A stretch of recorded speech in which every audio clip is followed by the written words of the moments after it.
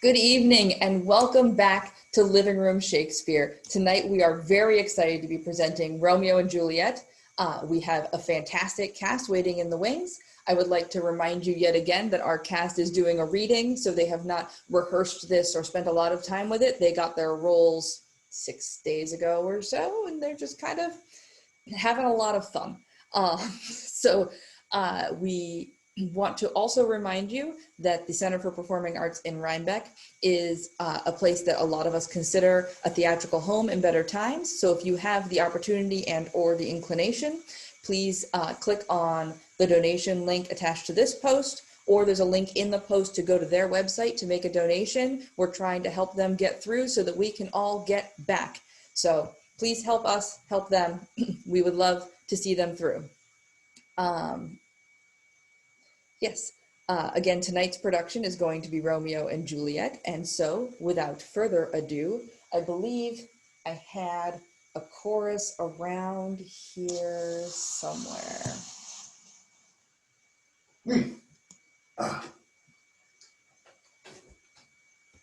Two households, both alike in dignity, in fair Verona where we lay our scene, from ancient grudge break to new mutiny, where civil blood makes civil hands unclean. From forth the fatal loins of these two foes, a pair of star-crossed lovers take their life, whose misadventured piteous overthrows do with their death bury their parents' strife. The fearful passage of their death-marked love, and the continuance of their parents' rage, which but their children's end naught could remove, is now the 2 hours' traffic of our stage, the which, if you with patient ears attend, what here shall miss, our toil shall strive to mend.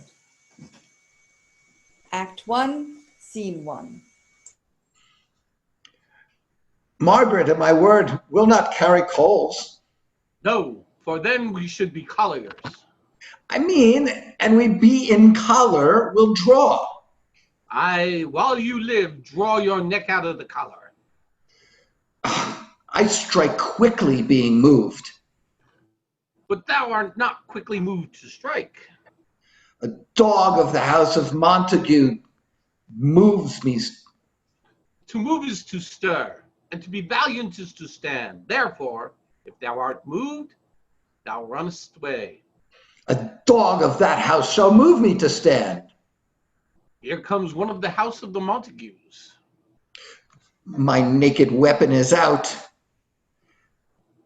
Quarrel, I will back thee. How? Turn thy back and run? Fear me not. No, Mary, I fear thee. Let us take the law of our sides. Let her begin. I will frown as I pass by, and let her take it as she list. Nay, if she dare, I will bite my thumb at her, which is a disgrace to her if she bears it. Do you bite your thumb at me, sir? I do bite my thumb, miss. Do you bite your thumb at me, sir? Is the law of our side if I say I?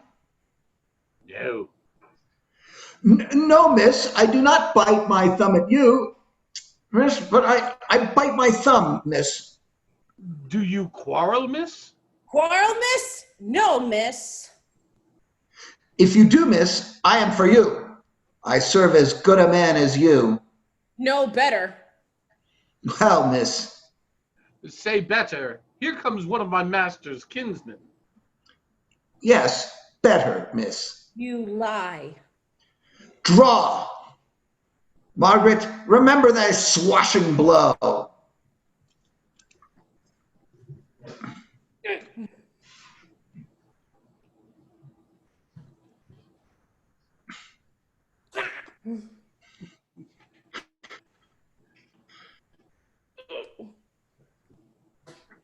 Oh,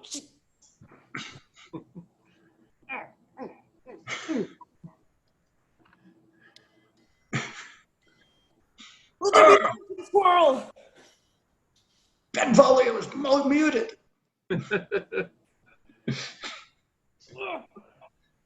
Anytime, Benvolio.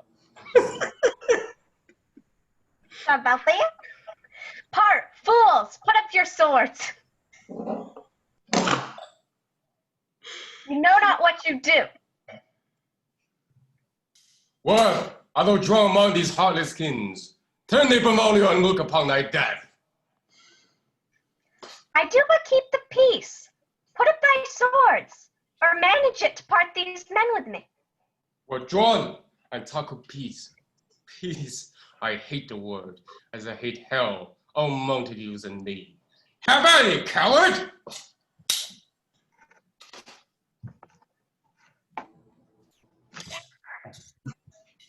What noise is this?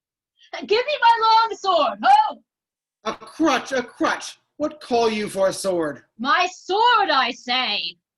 Old Montague has come and flourishes his blade in spite of me.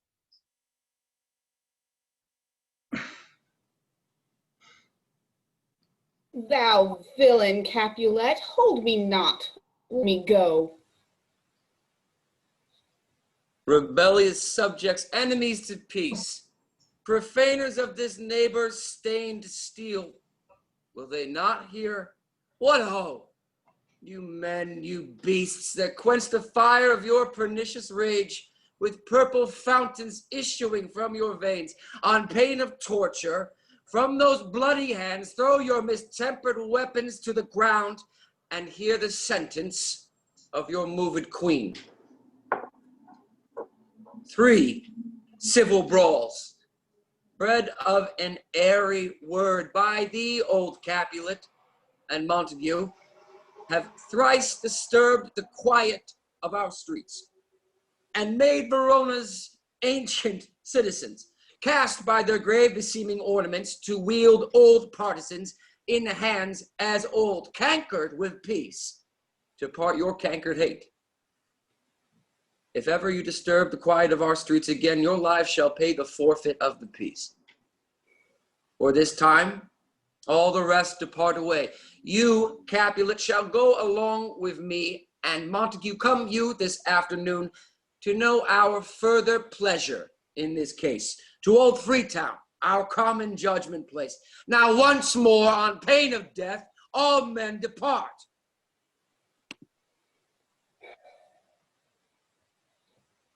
Who set this ancient quarrel new abroach? Speak, nephew. Were you by when it began? Here were the servants of your adversary, and yours, close fighting ere did I approach. I drew to part them, but in the instant came the fiery Tybalt with his sword prepared, which as he breathed defiance in my ears, he swung about his head and cut the wines, till the queen came, who parted either part. But where is Romeo? Saw you him today? Right glad I am he was not at this fray. Uncle, an hour before the worshipped sun peered forth the golden window of the east, a troubled mind drave me to walk aboard. So early walking did I see your son. Towards him I made, but he was ware of me and stole to the covert of the woods. Many morning hath he been seen, with tears augmenting the fresh morning dew, adding to clouds more clouds with his deep sighs. But also soon as the all-cheering sun should in the furthest east begin to draw, the shady curtains from Aurora's bed away from the light steals home my heavy son, and private in his chamber pens himself, shuts up his windows, locks far daylight out, and makes himself an artificial night. Black and portentous must this humor prove, unless good counsel may the cause remove. My uncle, do you know the cause? I neither know it nor can learn of him. Have you importuned him by any means? Both by myself and many other friends. But he, his own affections' counselor, is to himself, I will not say how true, but to himself so secret and so close, so far from sounding and discovery, as the bud bit with an envious worm, ere he can spread his sweet leaves to the air, or dedicate his beauty to the sun.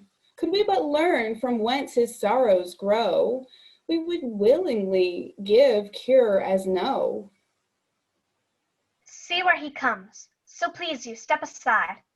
I'll know his grievance, or be much denied. I would thou wert so happy by thy stay, to hear true shrift. So nephew, I'll away. Good morrow, cousin.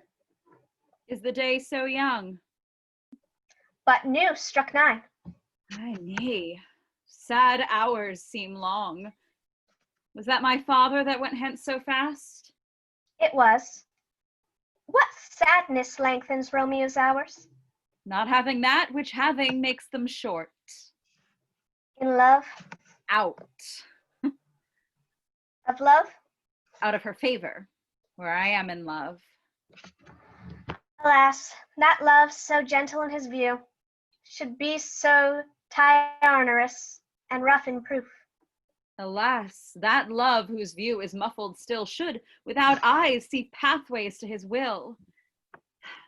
Where shall we dine?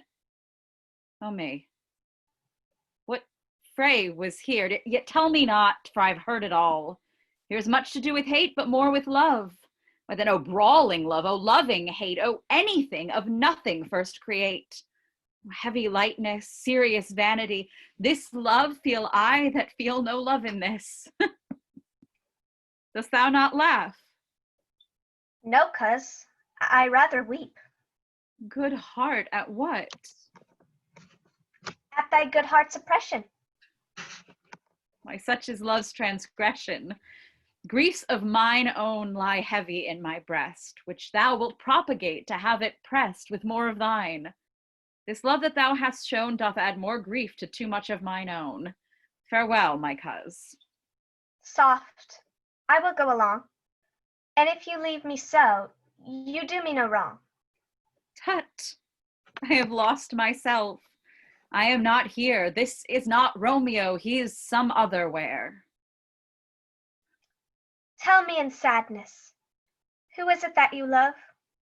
What, shall I groan and tell thee? Groan? Why no. But sadly tell me who. In sadness, cousin, I do love a woman. I aimed so near when I supposed you loved. A right good markman, and she's fair, I love. A right fair mark, for cuz is soonest hit. Well, in that hit you miss. She'll not be hit with Cupid's arrow. She hath Dian's wit, and in strong proof of chastity well armed, from love's weak childish bow she lives unharmed. She is rich in beauty, only poor, that when she dies with beauty dies her store. She hath sworn that she will live with chastity. She hath, and in that sparing makes huge waste, for beauty starved with her severity cuts beauty off from all posterity. She hath forsworn to love, and in that vow do I live dead that live to tell it now.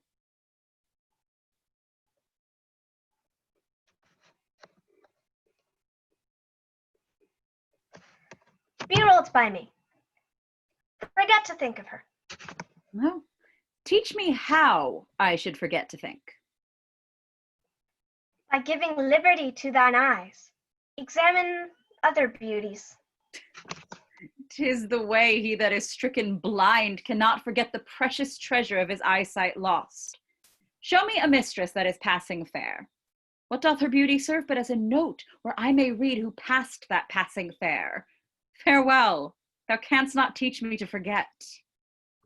I'll pay that doctrine. Who else die in debt?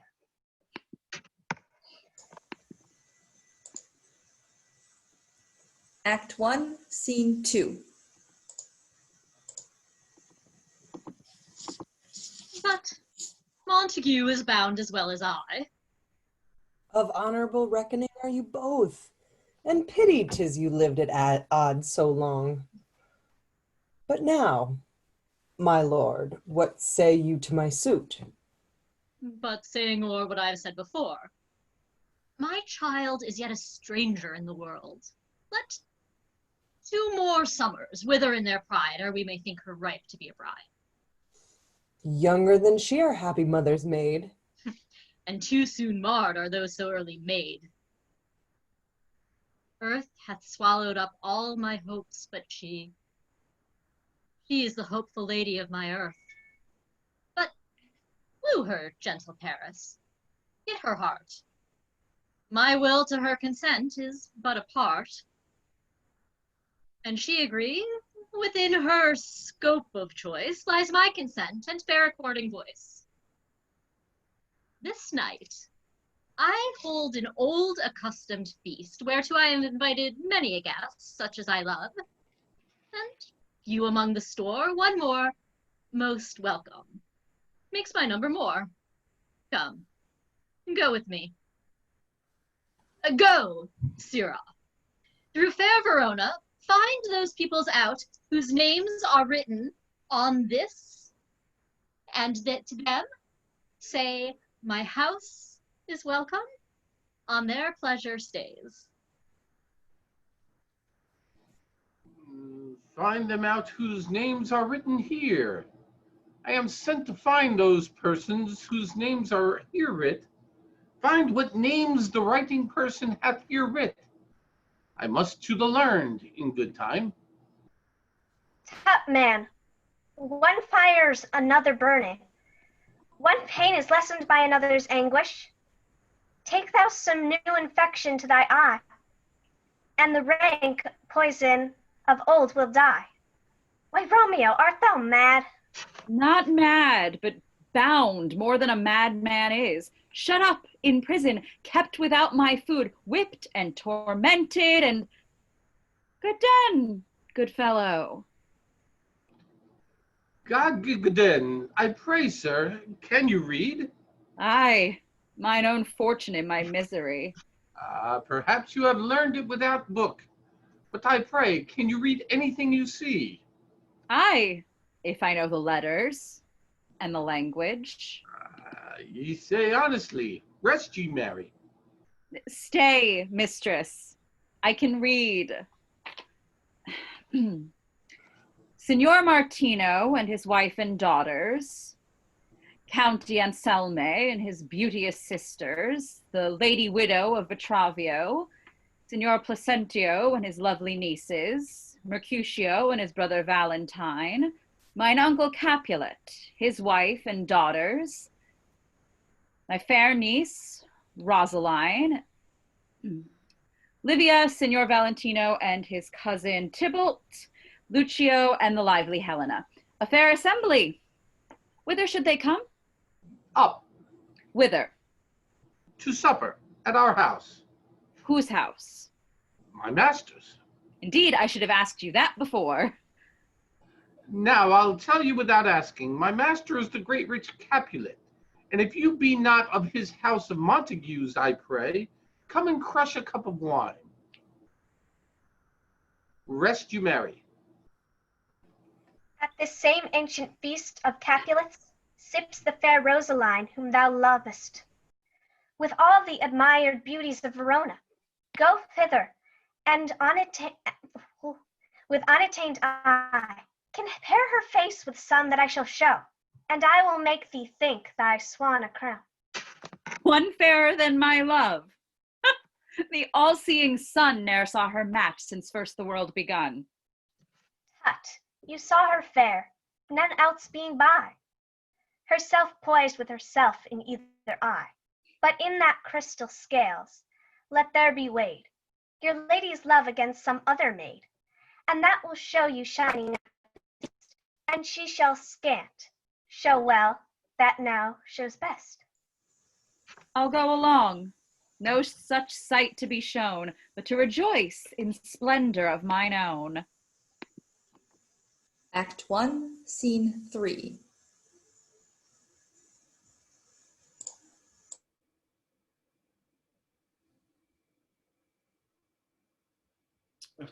What? Nurse, where's my daughter? Call her forth. What, lamb? What, ladybird? God forbid, where is the girl? What, Juliet? Now, who calls? Your mother. Madam, I'm here. What is your will? This is the matter. Nurse, give me leave a while. We must talk in secret. Nurse, come back again. I have remembered me. Thou hast hear our counsel. Thou knowest my daughter is of a pretty age. Well, faith, I can tell her age unto an hour. Susan and she, God rest all Christian souls, were of an age. Well, Susan is with God. She was too good for me, but as I say, peace I have done. God mark thee to his grace. Thou was the prettiest babe that e'er I nursed, and I might live to see thee married once. I have my wish. Mary, that Mary is the very theme I came to talk of. Tell me, daughter Juliet, how stands your disposition to be married? It is an honor I dream not of. An honor! Were not I thine only nurse, I would say thou hadst sucked wisdom from thy teat. Well, think of marriage now. Younger than you, here in Verona, ladies of esteem are made already mothers. By my count, I was your mother much upon these years, that you are now a maid. Thus, then in brief, the valiant Paris seeks you for his love. A man, young lady, such a man. Verona's summer hath not such a flower. Nay, he's a flower in faith, a very flower. What say you? Can you love the gentleman? This night you shall behold him at our feast. Read o'er the volume of young Paris's face, and find delight writ there with beauty's pen. That book in many's eyes doth share the glory, that in gold clasped locks in the golden story. So shall you share all that he doth possess, by having him make yourself no less. No less, nay, bigger. Women grow by men. Speak briefly. Can you like of Paris's love? I'll look to like, if looking liking move. But no more deep will I endart my eye than your consent gives strength to make it fly. Madam, the guests are come. The supper served up. You called, my young lady asked for. The nurse cursed in the pantry, and everything is in extremity.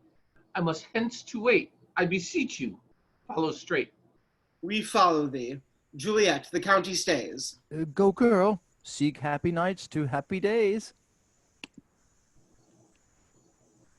Act 1, Scene 4. What? Shall this speech be spoke for our excuse, or shall we on without apology? The date is out of such prolixity. But let them measure us by what they will. We'll measure them a measure, and be gone. Nay, gentle Romeo, we must have you dance. Not I, believe me. You have dancing shoes with nimble soles. I have a soul of lead, so stakes me to the ground I cannot move. You are a lover. Borrow Cupid's wings and soar with them above a common bound.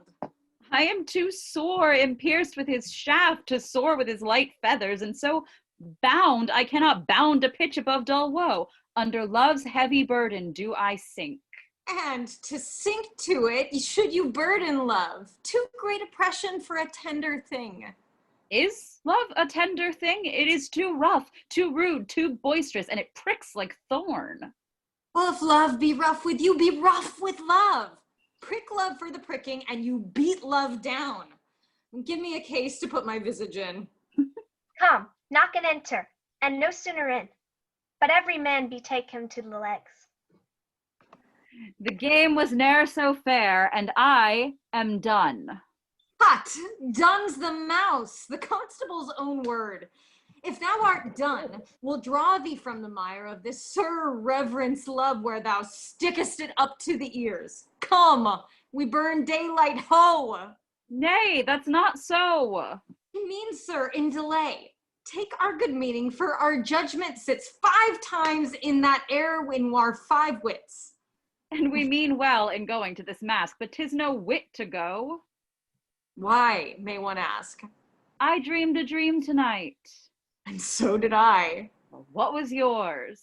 that dreamers often lie. In bed asleep, while they do dream things true.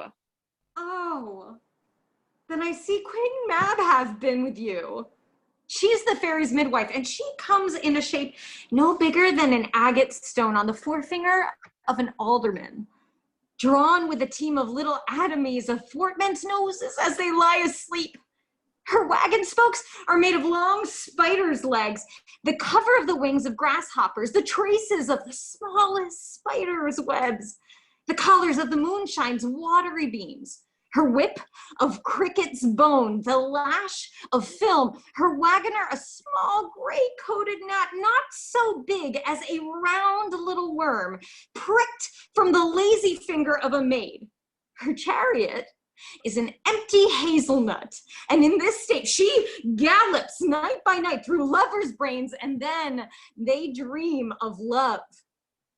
Or lawyers' fingers who straight dream on fees, or ladies' lips who straight on kisses dream which of the oft angry mab with blisters plagues, because their breath with sweetmeats tainted are. Sometimes she diveth o'er a soldier's neck, and then dreams he of cutting foreign throats, of breaches, ambuscados, Spanish blaze of hell's 5 fathom deep, and then anon, drums in his ear, at which he starts and wakes, and being thus frightened, swears a prayer or two and sleeps again. This is that very Mab that plats the manes of horses in the night. This is the hag when maids lie on their backs, that presses them and learns them first to bear, making them women of good carriage. This is she. Peace, Mercutio, peace, thou talkest of nothing.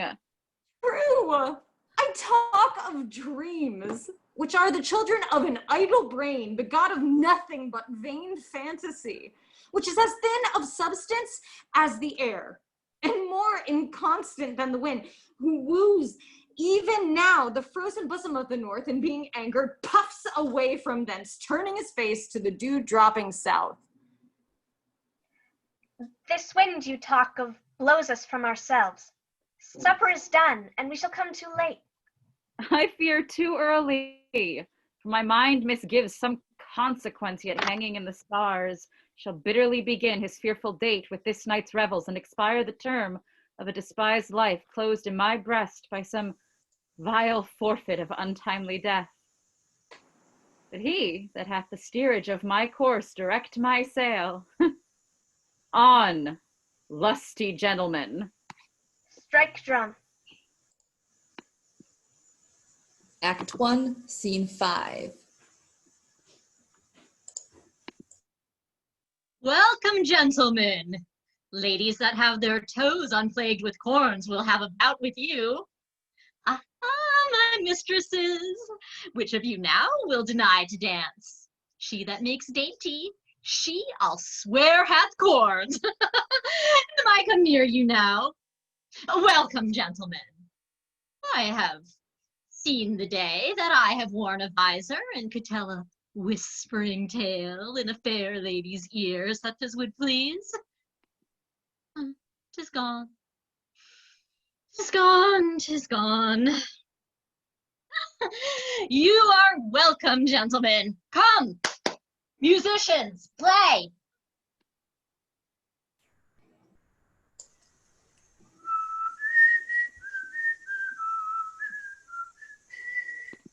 What lady is that which doth enrich the hand of yonder knight? I know not, sir.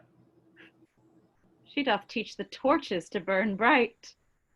Seems she hangs upon the cheek of night like a rich jewel in an Ethiop's ear. Beauty too rich for use, for earth too dear. So shows a snowy dove trooping with crows, as yonder lady o'er her fellows shows. The measure done, I'll watch her place of stand, and touching hers, make blessed my rude hand. Did my heart love till now? Forswear its sight, for I ne'er saw true beauty till this night. This by his voice should be a Montague. Girl, fetch me my rapier. What dares the slave come hither, covered with an antic face, to flee and scorn our solemnity?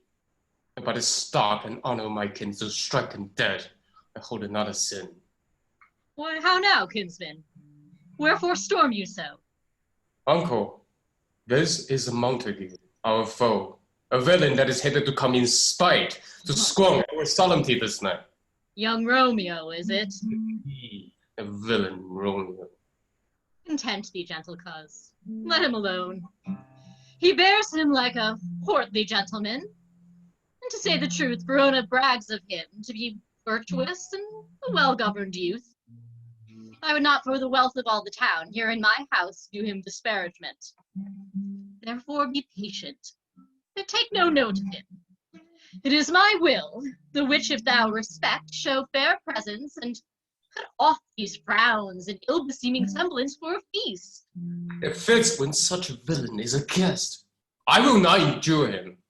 He shall be endured. What, goodman boy, I say he shall. Go to. I am the master here, or you? Go to. You'll not endure him? God shall mend my soul.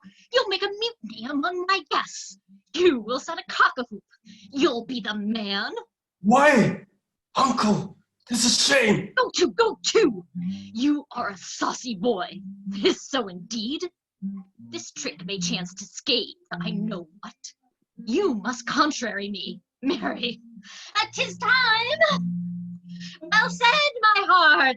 You are a princox. Go, be quiet, or more light, more light. For shame, I'll make you quiet. What? Cheerily, my heart. Patient put forth with willful color, meeting makes my flesh tremble in a different greeting. I will withdraw, but this intrusion shall not seeming sweet convert to bitter gall. If I profane with my unworthiest hand this holy shrine, the gentle fine is this. My lips, two blushing pilgrims, ready stand to smooth that rough touch with a tender kiss. Good pilgrim, you do wrong your hand too much, which mannerly devotion shows in this. For saints have hands that pilgrims' hands do touch, and palm to palm is holy palmer's kiss. Have not saints lips and holy palmers too? I, pilgrim, lips that they must use in prayer. Oh, then, dear saint, let lips do what hands do. They pray, grant thou, lest faith turn to despair. Saints do not move, though grant for prayer's sake. Then move not, while my prayer's effect I take. Thus from my lips by yours my sin is purged. Then have my lips the sin that they have took. Sin from thy lips, O trespass, sweetly urged. Give me my sin again. You kiss by the book. Madam, your mother craves a word with you. What is her mother? Marry, bachelor. Her mother is the lady of the house, and a good lady, and a wise and virtuous. I nursed her daughter, that you talked withal. I tell you, he that can lay hold of her shall have the chinks. Is she a Capulet? Dear, account my life is my foe's debt. Way, be gone. The sport is So of the I best. fear the more is my unrest. Hey, gentlemen, prepare not to be gone. Is it e'en so? Why then, I thank you all. I thank you, honest gentlemen. Good night. Oh, sirrah, by my faith, it waxes late. Well, to my rest. Come hither, nurse. What is yond gentleman? The son and heir of old Tiberio. What's he that's now going out of door? Marry, that I think be young Benvolio. What's he that follows there that would not dance? Oh, I know not. Go ask his name. If he be married, my grave is like to be my wedding bed. His name is Romeo, and a Montague, the only son of your great enemy. My only love sprung from my only hate, too early seen unknown and known too late. Prodigious birth of love it is to me that I must love a loathed enemy. What's this? What's this? A rhyme I learned even now of one I danced withal. Juliet! Anon, come, let's away. The strangers are all gone. Act 2, Scene 1. Can I go forward when my heart is here? Turn back, dull earth, and find thy center out. Romeo? My cousin Romeo? Oh, he is wise, and on my lie hath stolen him home to bed. He ran this way, and leapt this orchard wall. Call, good Marcutu. Nay, I'll conjure to Romeo, humors, madman, passion, lover. Appear thou in the likeness of a sigh, speak but one rhyme, and I am satisfied. Cry but I me, pronounce but love, and dove, he heareth not, he stirreth not, he moveth not, the ape is dead, and I must conjure him. I conjure thee by Rosaline's bright eyes, by her high forehead and her scarlet lip, by her fine foot, straight leg, and quivering thigh, and the demosness and their adjacent lie, that in thy likeness thou appear to us. And if he hear thee, thou wilt anger him. This cannot anger him. 'Twould anger him to raise a spirit in his mistress's circle of some strange nature, letting it there stand till she hath laid it and conjured it down. That were some spite. My invocation is fair and honest, and in his mistress's name I conjure only but to raise up him.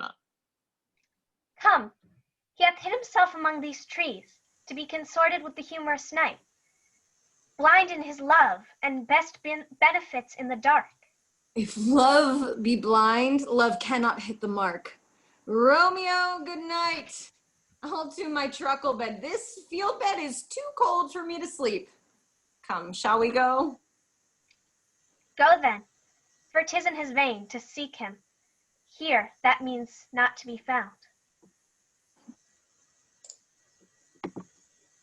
Act 2, Scene 2.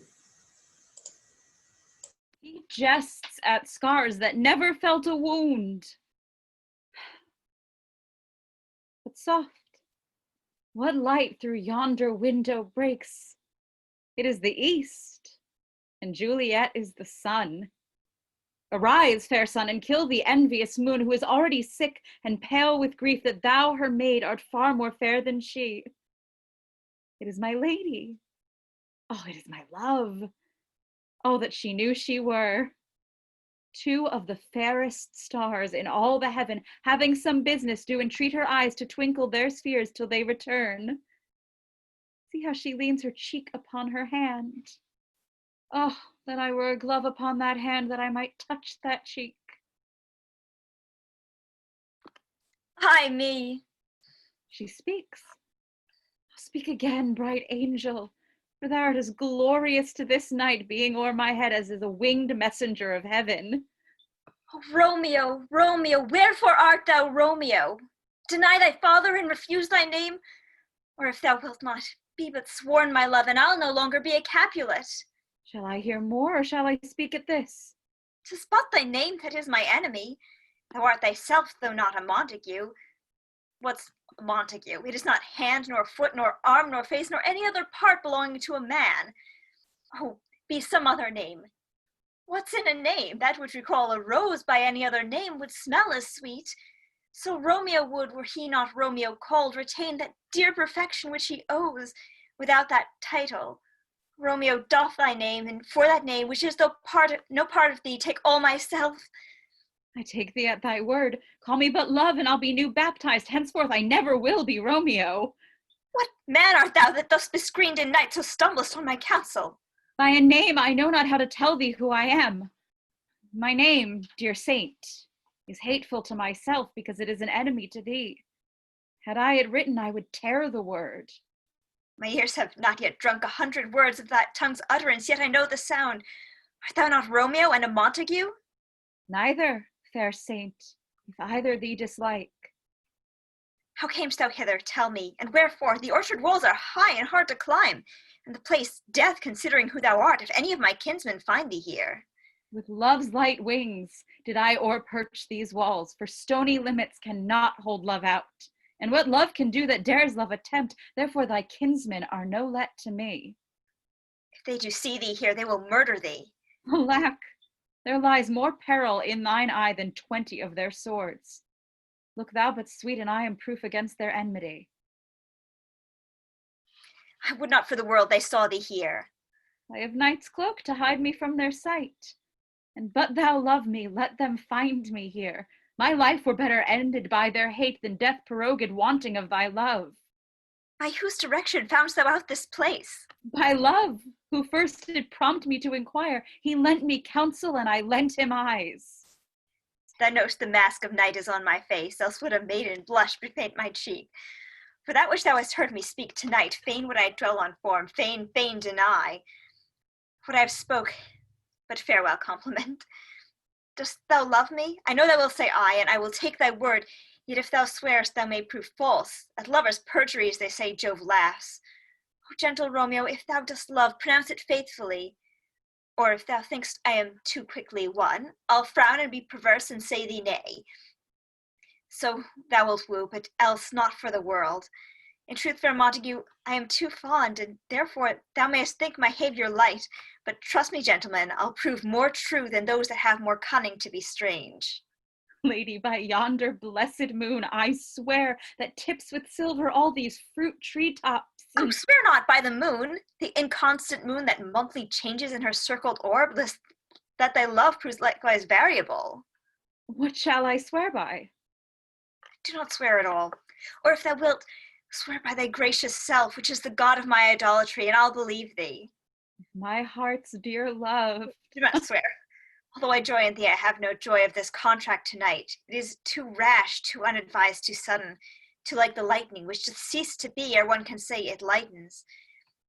Sweet, good night. This bud of love, by summer's ripening breath, may prove a beauteous flower when next we meet. Good night, good night. Sweet repose and rest come to thy heart as that within my breast. Wilt thou leave me so unsatisfied? What satisfaction canst thou have tonight? The exchange of thy love's faithful vow for mine. I gave thee mine before thou didst request it, and yet I were to give again. Wouldst thou withdraw it? For what purpose, love? But to be frank and give it thee again. And yet I wish but for the thing I have. My bounty is as boundless as the sea, my love as deep. The more I give to thee, the more I have, for both are infinite. I hear some news within. Dear love, adieu. Anon, good nurse. Sweet Montague, be true. Stay but a little. I will come again. Oh, blessed, blessed night. I am afeard. Being a knight, all this is but a dream, too flattering sweet to be substantial. 3 words, dear Romeo, and good night indeed. If that thy bent of love be honourable, thy purpose marriage, send me word tomorrow, by one that I'll procure to come to thee, where and what time thou wilt perform the rite. And all my fortunes at thy foot I'll lay, and follow thee, my lord, throughout the world. Madam.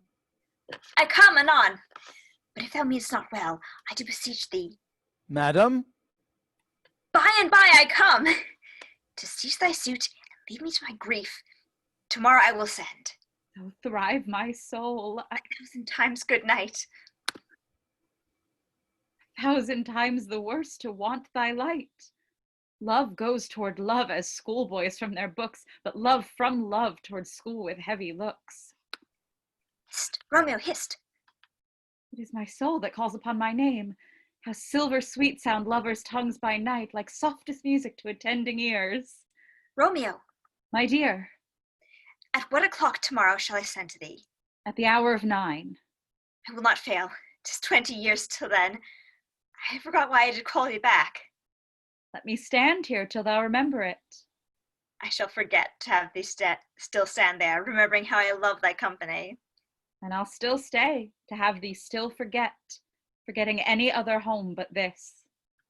'Tis almost morning. I would have thee gone, and yet no farther than a wanton's bird who lets it hop a little from her hand, like a poor prisoner in his twisted gyves, and with a silk thread plucks it back again, so loving jealous of his liberty. I would I were thy bird. Sweet, so would I, yet I should kill thee with much cherishing. Good night, good night. Parting is such sweet sorrow that I shall say good night till it be morrow. Sleep dwell upon thine eyes, peace in thy breast. Would I were sleep and peace, so sweet to rest. Hence will I to my ghostly father's cell, his help to crave and my dear hap to tell. Act 2, Scene 3. The gray-eyed morn smiles on the frowning night, checkering the eastern clouds with streaks of light. Now, ere the sun advances burning eye, the day to cheer and night's dank dew to dry, I must fill up this osier cage of ours with baleful weeds and precious juiced flowers.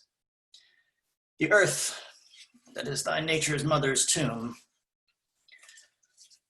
and from her, what is her burying grave, that is her womb, and from her womb, children of diverse kinds we sucking on her natural bosom find, many from many virtues excellent, none but for some, and yet all different.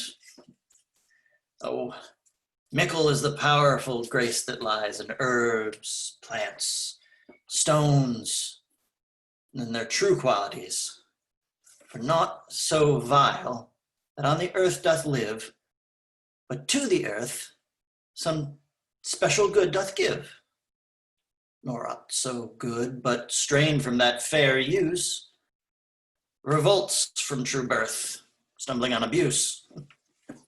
Virtue itself turns to vice, being misapplied, and vice sometimes by action dignified.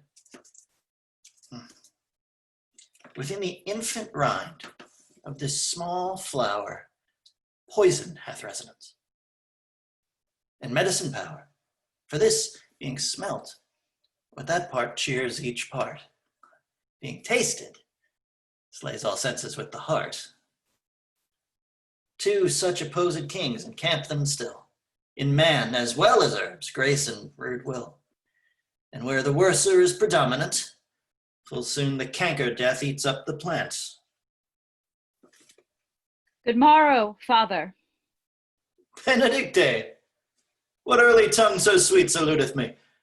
Thou art upraused by some distemperature, or if not so, then here I hit it right. Our Romeo hath not been in bed tonight. That last is true. The sweeter rest was mine. God pardon sin. Was thou with Rosaline? Rosaline, my ghostly father, no! I have forgot that name and that name's woe. That's my good son, but where hast thou been then? I'll tell thee, ere thou ask it me again. I have been feasting with mine enemy, whereon a sudden one hath wounded me that's by me wounded. Both our remedies within thy help and holy physic lies. Be plain, good son, and homely in thy drift. Riddling confession finds but riddling shrift. Then plainly know my heart's dear love is set on the fair daughter of rich Capulet. As mine on hers, so hers is set on mine, and all combined, save what thou must combine by holy marriage. When and where and how we met, we wooed and made exchange of vow. I'll tell thee as we pass, but this I pray, that thou consent to marry us today. Holy Saint Francis, what a change is here! Is Rosaline, whom thou didst love so dear, so soon forsaken?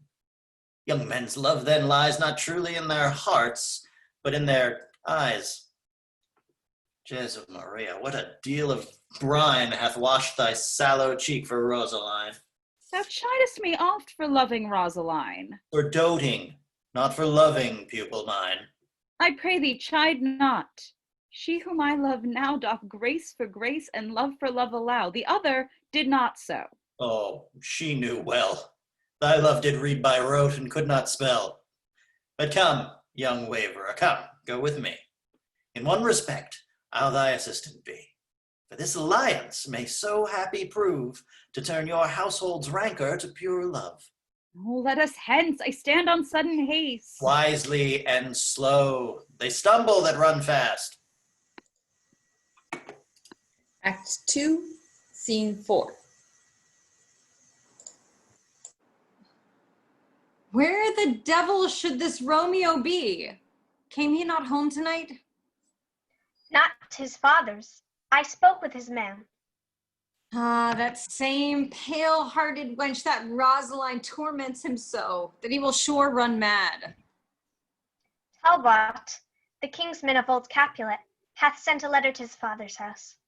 A challenge on my life. Romeo will answer it. Any man that can write may answer a letter. Nay, he will answer the letter's master.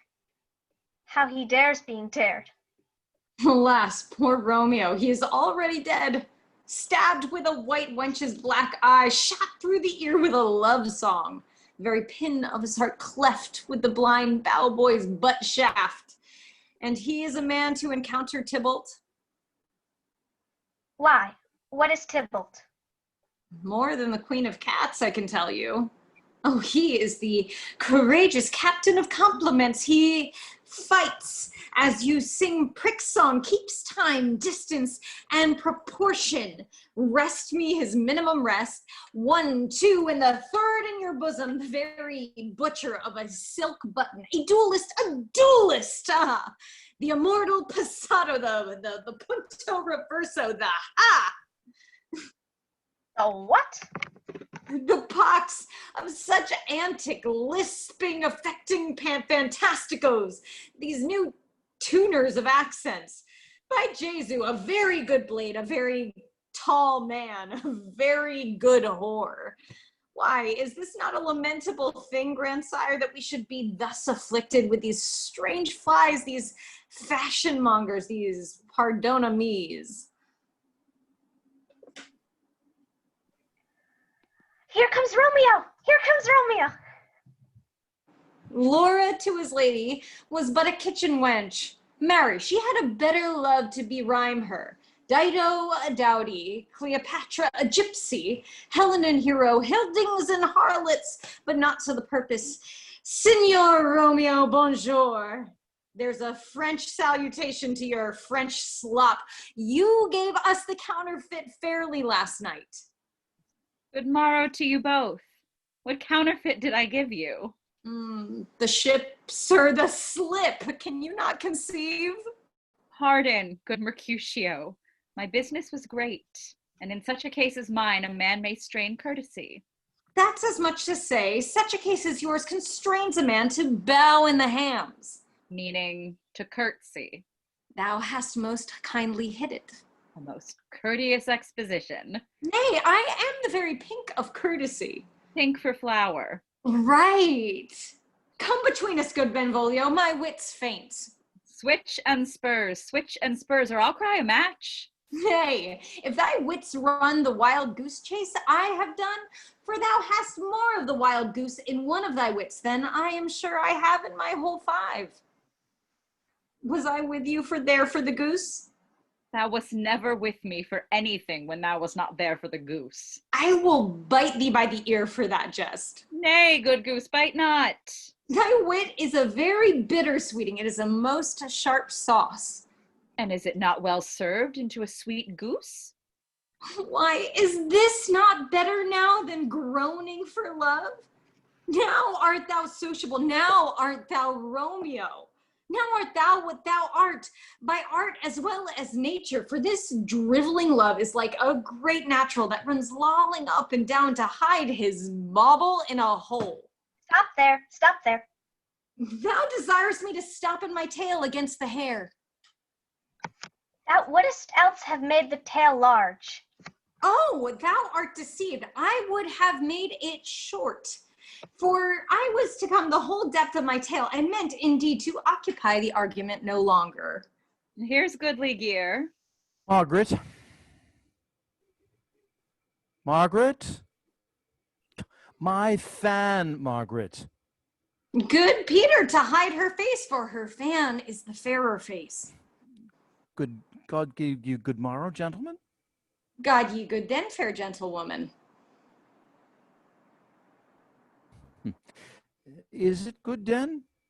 'Tis no less, I tell you, for the body hand of the dial is now upon the prick of noon. Out upon you. What a one are you? One gentleman that God hath made for himself to mar. By my troth, it is well said, for himself to mar, quotha. Gentle friends, can any of you tell me where I may find the young Romeo? I can tell you, but young Romeo will be older when you have found him than he was when you sought him. I am the youngest of that name, for fault of a worse. You say well. Yea, is the worst well? Very well took. In faith, wisely. If you be he, sir, I desire some confidence with you. She will indate him to some supper. A bottom, how so ho? I will follow you. Farewell, ancient lady. Farewell, lady.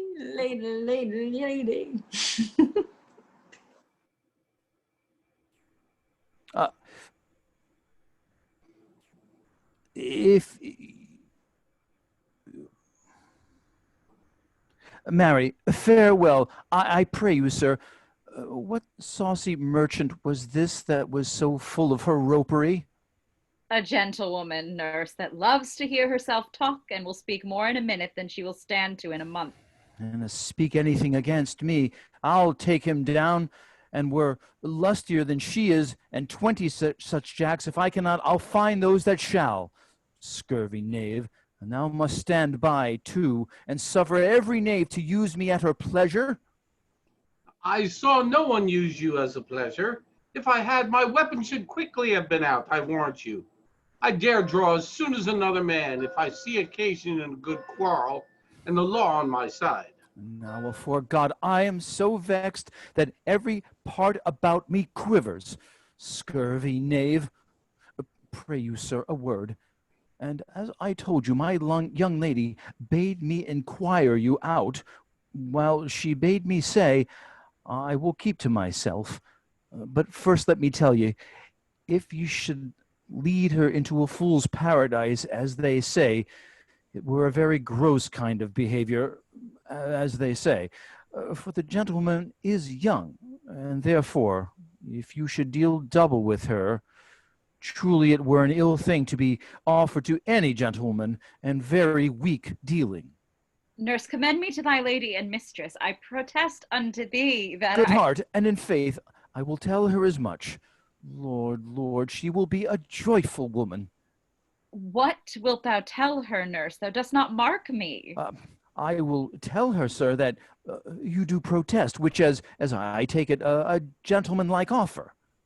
Bid her devise some means to come to Shrift this afternoon, and there she shall at Friar Lawrence' cell be shrived and married.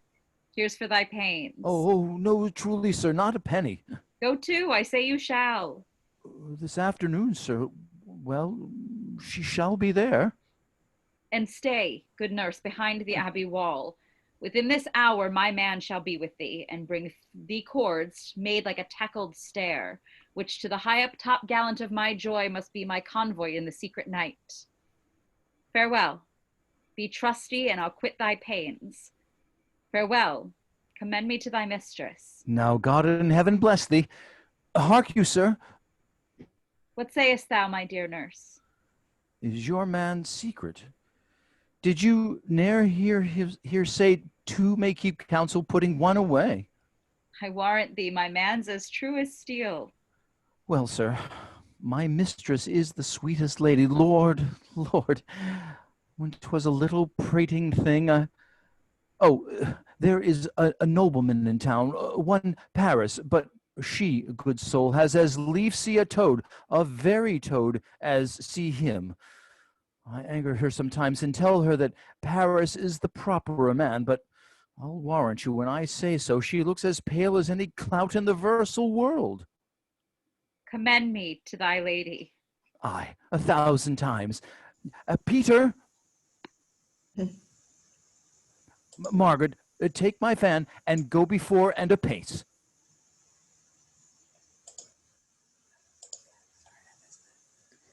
Act 2, Scene 5. The clock struck 9 when I did send the nurse. In half an hour she promised to return. Perchance she cannot meet him. That's not so. Oh, she is lame. Love's heralds should be thoughts which 10 times faster glide than the sun's beams. Had she affections and warm youthful blood, she would be as swift as in motion as a ball. My words would bandy her to my sweet love, and his to me. But old folks, many feign as they were dead, unwieldy, slow, heavy, and pale as lead. Oh God, she comes.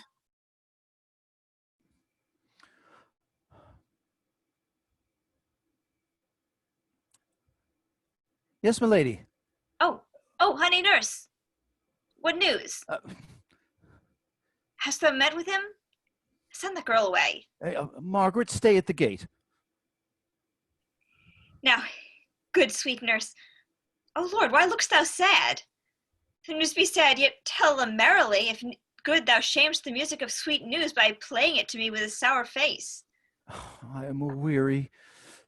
Give me leave a while. Fie, how my bones ache. What a jaunt I've had. I would thou hadst my bones and I thy news. Nay, come, I pray thee, speak, good nurse, speak. Jesu, what haste. Can you not stay a while? Do you not see that I am out of breath? How art thou out of breath when thou hast breath to tell me that thou art out of breath? The excuse thou dost make in this delay is longer than the tale thou dost excuse. Is thy news good or bad? Answer to that, say either, and I'll say the circumstance. Let me be satisfied. Is it good or bad? Well, you have made a simple choice. You know not how to choose a man. Romeo. No, not he. Though his face be better than any man's, yet his leg excels all men's, and for a hand, and a foot, and a body, though they not be talked on, yet they are past compare.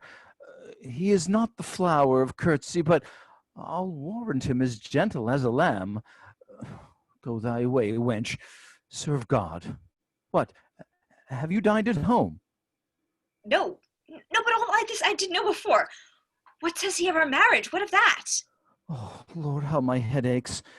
Oh, what a head I have. It beats as it would fall into 20 pieces. My back, it's the other side. Oh, my back, my back. Beshrew your heart for sending me about to catch my death with jaunting up and down. Faith, I am sorry that thou art not well. Sweet, sweet, sweet nurse, tell me, what says my love? Oh, well, your love says, like an honest gentleman, and a courteous, and a kind, and a handsome, and, I warrant, a virtuous. Where is your mother? Where is my mother? Why, she's within. Where should she be? How oddly thou repliest. Your love says, like an honest gentleman, where is your mother? Oh, God's lady dear, are you so hot? Marry, come up, I trow. Is this the poultice for my aching bones? Henceforth, do your messages yourself. You're such a coil. Come, what says Romeo? Have you got leave to go to shrift today? I have. Then hie you hence to Friar Lawrence's cell. There stays a husband to make you a wife. Now comes the wanton blood up in your cheeks. They'll be scarlet straight at any news. I am the drudge and toil in your delight, but you shall bear the burden soon at night. Go. I'll to dinner, hie you to the cell. Hie to high fortune, honest nurse, farewell. Act 2, Scene 6. So smile the heavens upon this holy act, that after hours with sorrow chide us not.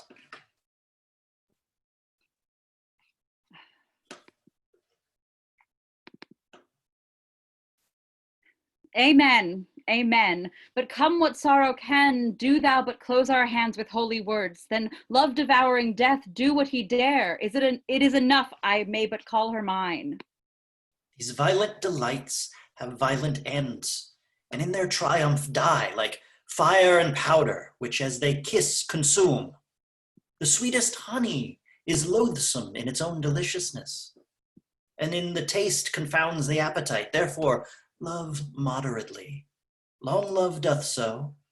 Too swift arrives as tardy as too slow. Here comes the lady. So light of foot will ne'er wear out the everlasting flint. Good even to my ghostly confessor.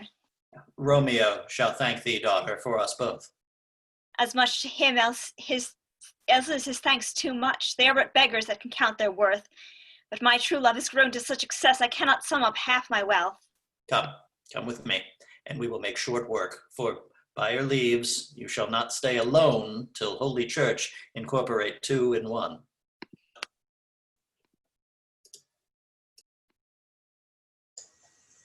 Act 3, Scene 1.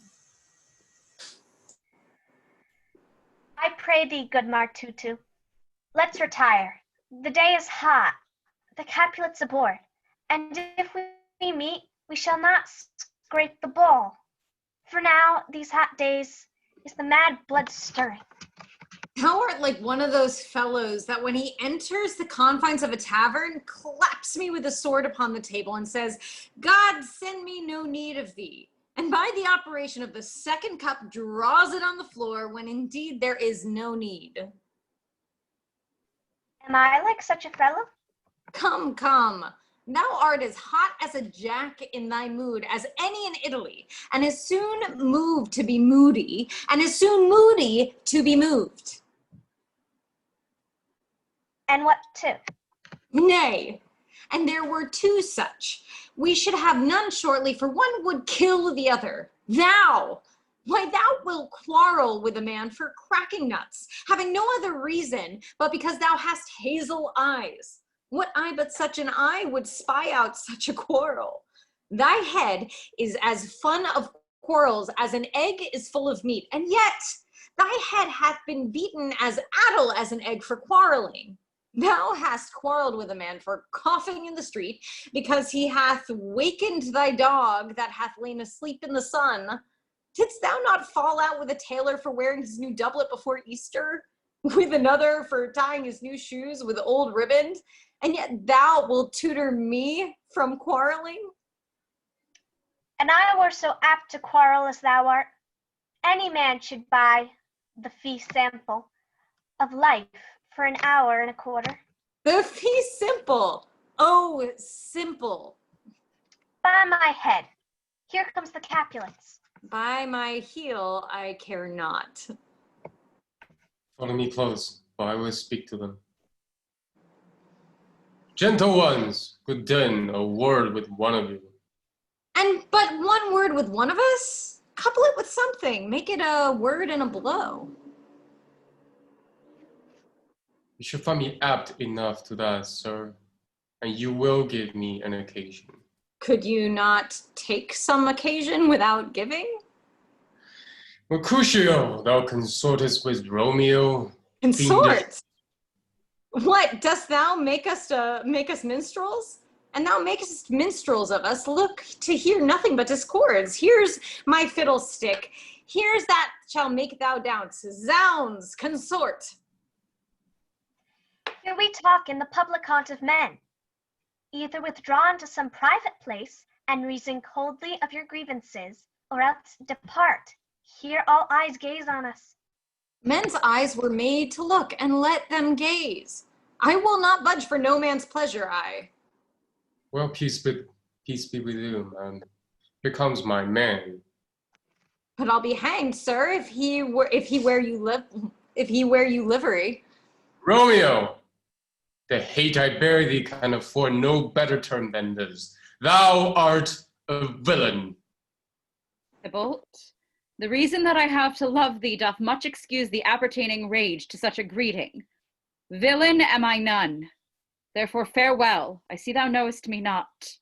Boy, this shall not excuse the injuries that thou hast done me. Therefore turn and draw. I do protest I never injured thee, but love thee better than thou canst devise, till thou shalt know the reason of my love. And so, good Capulet, which name I tender as dearly as my own, be satisfied. Oh, come, dishonorable, vile submission. Tybalt, you rat catcher, will you walk? And what wouldst thou have with me? Good king of cats, nothing but one of your 9 lives, that I mean to make bold withal. And as you shall use me hereafter, dry beat the rest of the 8. Wilt thou pluck thou sword out of his pitcher by the ears? Make haste, lest mine be about your ears ere it were out. I am for you. Gentle Mercutio, put thy rapier up. Come, sir, your passado. Draw, Benvolio, beat down their weapons. Gentlemen, for shame, forbear this outrage. Tybalt, Mercutio, the queen expressly hath forbidden bandying in Verona streets. Hold, Tybalt, good Mercutio. Oh. I am hurt. A plague on both your houses. I am sped. Is he gone? And hath nothing? What? Art thou hurt? I scratch. A scratch, Mary.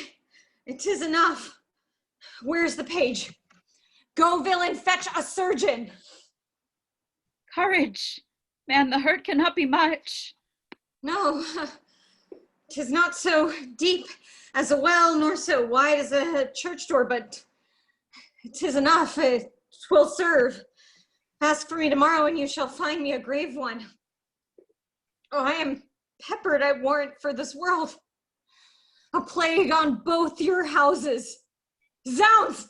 A dog, a rat, a mouse, a cat to scratch, a man to death, a braggart, a rogue, a villain that fights by the book of arithmetic. Why the devil did you come between us? I was hurt under your arm. I thought all for the best. Help me into some house, Benvolio, or I shall faint. A plague on both your houses. They have made worm's meat of me. I have it, and soundly too. Your houses.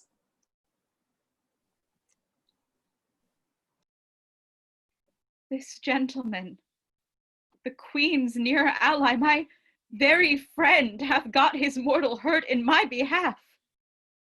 My reputation stained with Tybalt's slander. Tybalt, that an hour hath been my kinsman.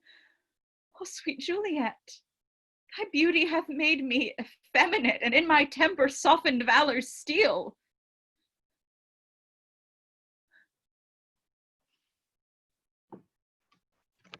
Oh, Romeo, Romeo, brave Mercutio's dead.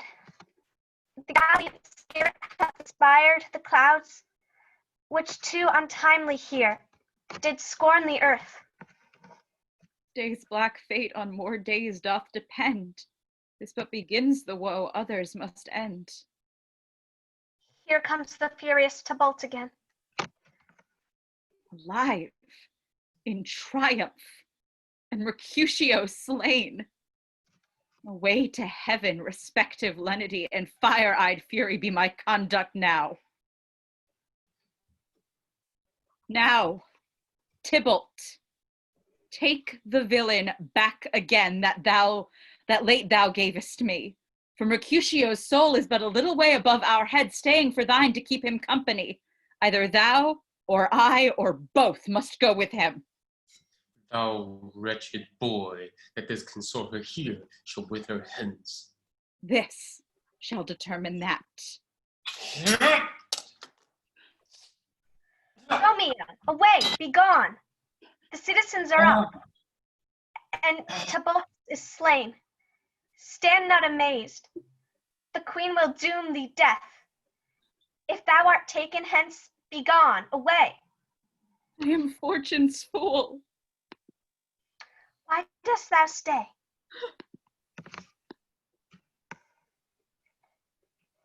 Which way ran he that killed Mercutio? Tybalt, that murderer, which way ran he? There lies Tybalt. Up, sir, go with me. Charge thee in the queen's name. Bay. Where are the vile beginners of this fray? O noble queen, I can discover all. The unlucky manage of this feudal brawl. There lies the man slain by young Romeo, that slew the kingsman, brave Mercutio. Tybalt, my cousin, oh my brother's child, O queen, O cousin, O husband, for the blood is spilt, O my dear kinsman. Queen, as thou art true, for blood of ours shed blood of Montague. O cousin, cousin! Benvolio, who began this bloody fray? Tybalt, here slain, whom Romeo's hand did slay. Romeo that spoke him fair, blade him, bethink, how nice the quarrel was, and urged withal. Your high displeasure, all is uttered, could not take the truce with this unruly spleen of Tybalt, deaf to peace, but he tilts with piercing steel at bold Mercutio's breast. The envious thrust from Tybalt hit the life out of stiff Mercutio, and then Tybalt fled. But by he comes back to Romeo, who had but newly entertained revenge. And to'd they go for lightning, for I ere could draw to part them, was stout Tybalt slain. And as he fell, did Romeo turn and fly. This is the truth, or let Benvolio die. He is a kinsman to the Montague. Affection makes him false, he speaks not true. I beg for justice, which thou, queen, must give. Romeo slew Tybalt, Romeo must not live. Romeo slew him, he slew Mercutio, who now the price of her dear blood doth owe. Not Romeo, queen. He was Mercutio's friend. His fault concludes but what the law should end the life of Tybalt. And for that offense immediately we do exile him hence. I have an interest in your hate's proceeding. My blood for your rude brawls doth lie a-bleeding. But I'll immerse you with so strong a fine that you shall all repent the loss of mine. I will be deaf to pleading and excuses, nor tears nor prayers shall purchase out abuses. Therefore use none. Let Romeo hence in haste, else when he's found, that hour is his last. Bear hence this body and attend our will. Mercy but murders, pardoning those that kill. Act 3, Scene 2. Gallop apace, you fiery-footed steeds, and bring in cloudy night immediately. Spread thy close-curtain love-performing night, that runaways' eyes may wink, and Romeo leap to these arms, untalked of and unseen. Come night, come Romeo, come thou day and night, for thou wilt lie upon the wings of night, whiter than new snow on a raven's back. Oh, I have bought the mansion of a love, but not possessed it yet, though I am sold, not yet enjoyed. So tedious is this day, as is the night before some festival to an impatient child that hath new robes and may not wear them. Oh, here comes my nurse, and she brings news, and every tongue that speaks but Romeo's name speaks heavenly eloquence. Ay me, what news? Why dost thou wring thy hands? Oh, well a day, he's dead. He's dead. He's dead. We are undone. Lady, we are undone. Alack the day. He's gone. He's killed. He's dead. Can heaven be so envious? Romeo can, though heaven cannot. Oh, Romeo. Romeo, who ever would have thought it? Romeo. What devil art thou that dost torment me thus? I saw the wound. I saw it with mine eyes. God save the mark. Here on his manly breast. A piteous course, a bloody, piteous course, pale, pale as ashes, all bedaubed in blood, all in gore blood. I swoonded at the sight. Oh, break my heart, poor bankrupt, break it once. Oh, Tybalt, Tybalt, the best friend I had. Oh, courteous Tybalt, honest gentleman, that I should live to see thee dead. What storm is this that blows so contrary? Is Romeo slaughtered and is Tybalt dead? My dear loved cousin and my dearer lord. And dreadful trumpet, sound the general doom, for who is living if those two are gone? Tybalt is gone. and Romeo banished. Romeo that killed him, he is banished. God, did Romeo's hand shed Tybalt's blood? It did, alas the day, it did. Oh, serpent heart hid with a flowering face, did ever dragon keep so fair a cave? Beautiful tyrant, fiend angelical, a damned state, an honorable villain. O nature, what hast thou to do in hell when thou dost devour the spirit of a fiend in mortal paradise of such sweet flesh? Was ever book containing such vile matter so fairly bound, where that deceit should dwell in such a gorgeous place? There's no trust, no faith, no honesty in men. All perjured, all forsworn, all naught, all dissemblers. Shame come to Romeo. Blistered be thy tongue for such a witch. He was not born to shame. Upon his brow shame is ashamed to sit, for 'tis a throne where honor may be crowned, sole monarch of the universal earth. Oh, what a beast was I to chide at him! Will you speak well of him that killed your cousin? Shall I speak ill of him that is my husband? Oh, poor my lord, what tongue shall smooth thy name when I, thy 3 hours wife, have mangled it? But wherefore, villain, didst thou kill my cousin? That villain cousin would have killed my husband. Back, foolish tears, back to your native spring. Your tributary drops belong to woe, which you mistaking offer up to joy. My husband lives that Tybalt would have slain, and Tybalt's dead that would have slain my husband. All this is comfort. Wherefore weep I then? Some word there was worser than Tybalt's death. If they murdered me, I would forget it fain. Tybalt is dead, and Romeo banished. That one word banished has slain 10,000 Tybalts.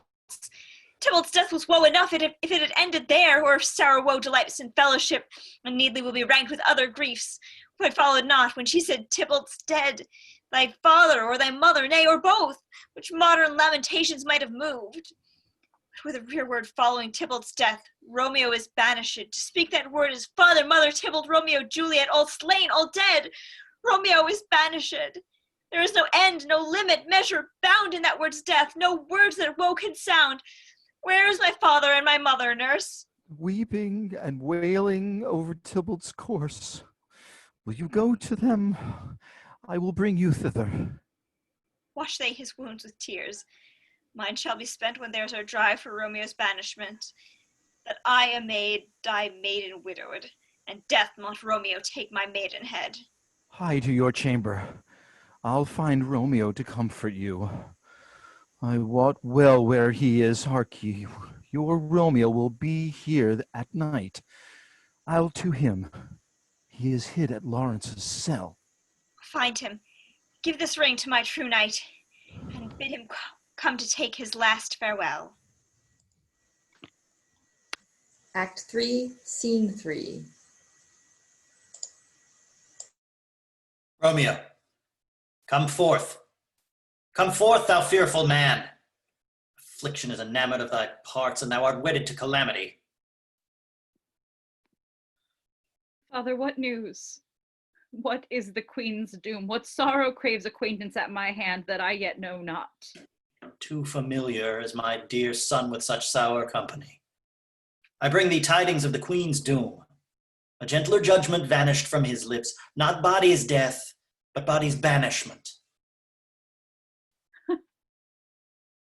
Banishment. Be merciful, say death. For exile hath more terror in his look, much more than death. Do not say banishment. Hence from Verona art thou banished. Be patient, for the world is broad and wide. There is no world without Verona walls, but purgatory, torture, hell itself. Hence banished is banished from the world, and world's exile is death. Then banished is death mistermed. Calling death banishment, thou cuttest my head off with a golden axe and smilest upon the stroke that murders me. O deadly sin! O rude unthankfulness! Thy fault our laws calls death, but the kind queen taking thy part hath rushed aside the law and turned that black word death to banishment. This is dear mercy, and thou seest not. 'Tis torture and not mercy. Heaven is here where Juliet lives, and every cat and dog and little mouse and every unworthy thing live here in heaven and may look on her. But Romeo may not. He is banished. And sayest thou yet that exile is not death? Hadst thou no poison mixed, no sharp ground knife, no sudden mean of death, though ne'er so mean, but banished to kill me? Banished. Friar, the damned use that word in hell. Howlings attend it. How hast thou the heart, being a divine, a ghostly confessor, a sin absolver, and my friend, profess to mangle me with that word banished? I'll give thee armor to keep off thy word. Adversity's sweet milk, philosophy, to comfort thee, though thou art banished. Yet banished. Hang up philosophy. Unless philosophy can make a Juliet, displant a town, reverse a queen's doom, it helps not, it prevails not. Talk no more. Then I see that madmen have no ears. How should they, when that wise men have no eyes? Let me dispute with thee of thy estate. Thou canst not speak of that thou dost not feel. Wert thou as young as I, Juliet thy love, an hour but married, Tybalt murdered, doting like me, and like me banished? Then mightest thou speak. Then mightest thou tear thy hair and fall upon the ground as I do now, taking the measure of an unmade grave. Arise. One knocks. Good Romeo, hide thyself. Not I, unless the breath of heart-sick groans mist-like enfold me from the search of eyes. Hark, hark how they knock. Who's there? Romeo, arise, thou wilt be taken. Stay a while, stand up. Run to my study, by and by. God's will, what simpleness is this? I come. Who knocks so hard? Whence come you? What's your will? Let me come in, and you shall know my errand. I come from Lady Juliet. Welcome, then. Oh, holy friar. Oh, tell me, holy friar, where is my lady's lord? Where's Romeo? There, on the ground, with his own tears made drunk. Oh, he is even in my mistress's case, just in her case. Oh, woeful symphony, piteous predicament.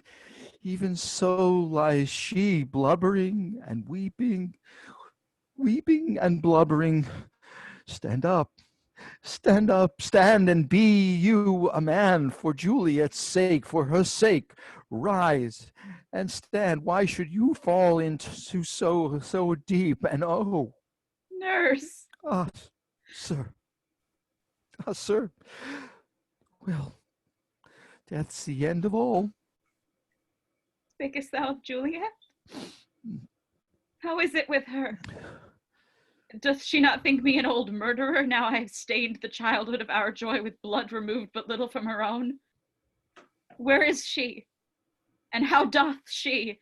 And what says my concealed lady to our cancelled love? Oh, she says nothing, sir, but weeps, and now falls on her bed, and then starts up, and Tybalt calls, and then on Romeo cries, and then down falls again. As if that name shot from the deadly level of a gun did murder her. That name's cursed hand murdered her kinsmen. Oh, tell me, friar, tell me, in what vile part of this anatomy doth my name lodge? Tell me, that I may sack the hateful mansion. Hold thy desperate hand. Thou hast amazed me. By my holy order, I thought thy disposition better tempered. Hast thou slain Tybalt? Wilt thou slay thyself? And stay the lady too that lives in thee by doing damned hate upon thyself. Fie, thou shamest thy shape, thy love, thy wit. What? Rouse thee, man. Thy Juliet is alive, for whose dear sake thou wast but lately dead. There thou art happy. Tybalt would kill thee, but thou slewest Tybalt. There art thou happy too. The law that threatened death becomes thy friend and turns it to exile. There art thou happy. A pack of blessings lights upon thy back. Happiness courts thee in her best array. But like a misbehaved and sullen wench, thou proudest upon thy fortune and thy love. Take heed, for such die miserable. Go, get thee to thy love, as was decreed. Ascend her chamber hence, and comfort her. But look thou stay not till the watch be set. For then thou canst not pass to Mantua, where thou shalt live till we can find a time to blaze your marriage, reconcile your friends, beg pardon of the queen, and call thee back with 20,000 times more joy than thou wentest forth in lamentation. Go before, nurse, commend me to thy lady. Romeo is coming. Oh, Lord, I could have stayed here all the night to hear good counsel. Oh, what learning is. My lord, I'll tell my lady you will come. Do so. Bid my sweet prepare to chide. Here, sir, a ring she bid me give you, sir. Hie use, make haste, for it grows very late. How well my comfort is revived by this. Go hence. Good night. And here stands all your state. Either be gone before the watch be set, or by the break of day disguised from hence. Sojourn in Mantua, I'll find out your girl, and she shall signify from time to time every good hap to you that chances here. Give me thy hand. 'Tis late. Farewell. Good night. That a joy past joy calls out on me. It were a grief so brief to part with thee. Farewell. Act 3, Scene 4.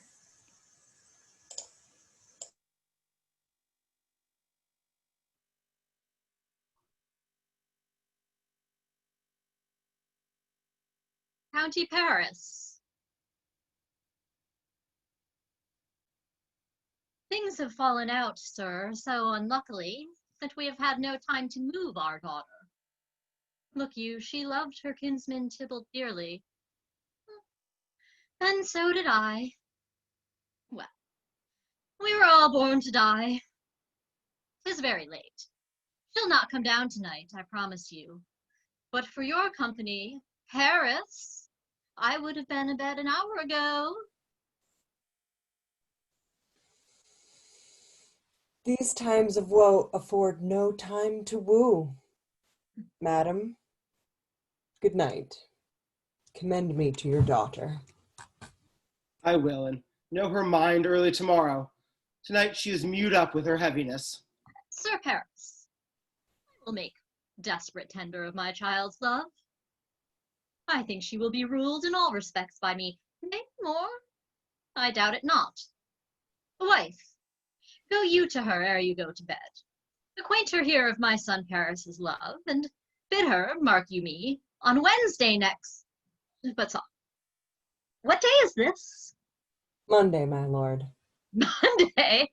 Well, Wednesday is too soon. A Thursday let it be. A Thursday tell her she shall be married to this noble earl. Will you be ready? Do you like this haste? My lord, I would that Thursday were tomorrow. Well, get you gone. A Thursday be it then. Go you to Juliet ere you go to bed. Prepare her wife against the wedding day. Good night. Act 3, Scene 5. Thou be gone? It is not yet near day. It was the nightingale and not the lark that pierced the fateful hollow of thy ear. Believe me, love, it was the nightingale. It was the lark, the herald of the morn, no nightingale. Look, love, what envious streaks do lace the severing clouds in yonder east. I must be gone and live, or stay and die. Yon light is not daylight, I know it, I. Therefore stay yet, thou needst not to be gone. Let me be ta'en, let me be put to death.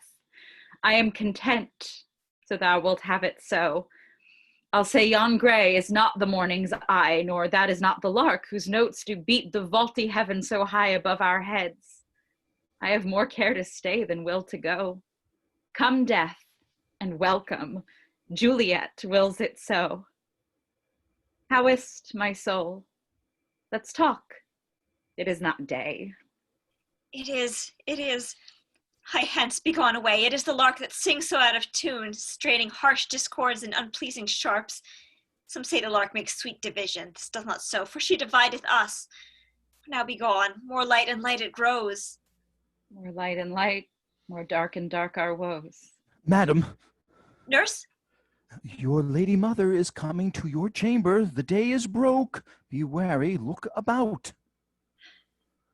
Then window, let day in and let life out. Farewell. Farewell, one kiss and I'll descend.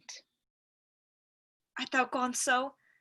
Love, Lord, I husband, friend, I must hear from thee every day in the hour, for in a minute there are many days. By this count I shall be much in years ere I again behold my Romeo. Farewell. I will omit no opportunity that may convey my greetings, love, to thee. Oh, think'st thou that we shall ever meet again? I doubt it not. And all these woes shall serve for sweet discourses in our time to come. Oh God, I have an ill-divining soul. Methinks I see thee now thou art below as one dead in the bottom of a tomb. Either my eyesight fails or thou look'st pale. And trust me, love, in my eyes so do you. Dry sorrow drinks our blood. Adieu. Adieu. Fortune, fortune, all men call thee fickle. If thou art fickle, what dost thou with him that is renowned for faith? Be fickle, fortune, for then I hope thou wilt not keep him long, but send him back. Oh, daughter, are you up? Who is that calls? Is it my lady mother? Is she not down so late or up so early? What unaccustomed cause procures her hither? Why, how now, Juliet? Madam, I am not well. Evermore weeping for your cousin's death? What, wilt thou wash him from his grave with tears? If thou couldst not make him live. Therefore have done. Some grief shows much of love, but much grief shows some still want of wit. Yet let me weep for feeling such a loss. Well, girl, thou weepest not so much for his death as the villain lives which slaughtered him. What villain, madam? That same villain, Romeo. Villain, and he be many miles asunder. God pardon him. I do with all my heart, and yet no man like he doth grieve my heart. That is because the murderer lives. I, madam, from the reach of these my hands, would none but I could venge my cousin's death. We will have vengeance for it. Fear thou not. And then I hope thou wilt be satisfied. Indeed, I never shall be satisfied with Romeo till I behold him dead. But now I'll tell thee joyful things, girl. And joy comes well in such a needy time. What are they, I beseech your ladyship? Well, well, thou hast a careful father, child, one who, to put thee from thy heaviness, have sorted out a sudden day of joy. Thou expectest not, nor I'd look not for. Madam, in happy time, what day is that? Marry, my child, early next Thursday morn, the gallant, young, and noble gentleman, the County Paris, at St. Peter's Church, shall happily make thee there a joyful bride. Now by St. Peter's Church, and Peter too, he shall not make me there a joyful bride.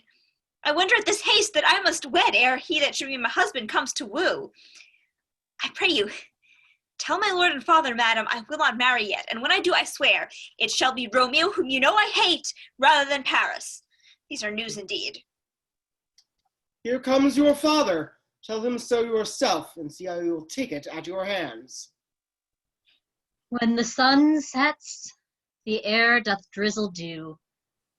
But for the sunset of my brother's son, it rains downright. How now, girl? A conduit? What, still in tears? Evermore showering? How now, wife, have you delivered to her our decree. Aye, sir, but she will none. She gives you thanks. I would the fool were married to her grave. Soft, take me with you. Take me with you, wife. How? She will none. Does she not give us thanks? Is she not proud? Does she not count her blessed, unworthy as she is, that we have wrought so worthy a gentleman to be her bridegroom? Not proud you have, but thankful that you have. Proud can I never be of what I hate, but thankful even for hate that is meant love. How now? How now, chop logic? What is this?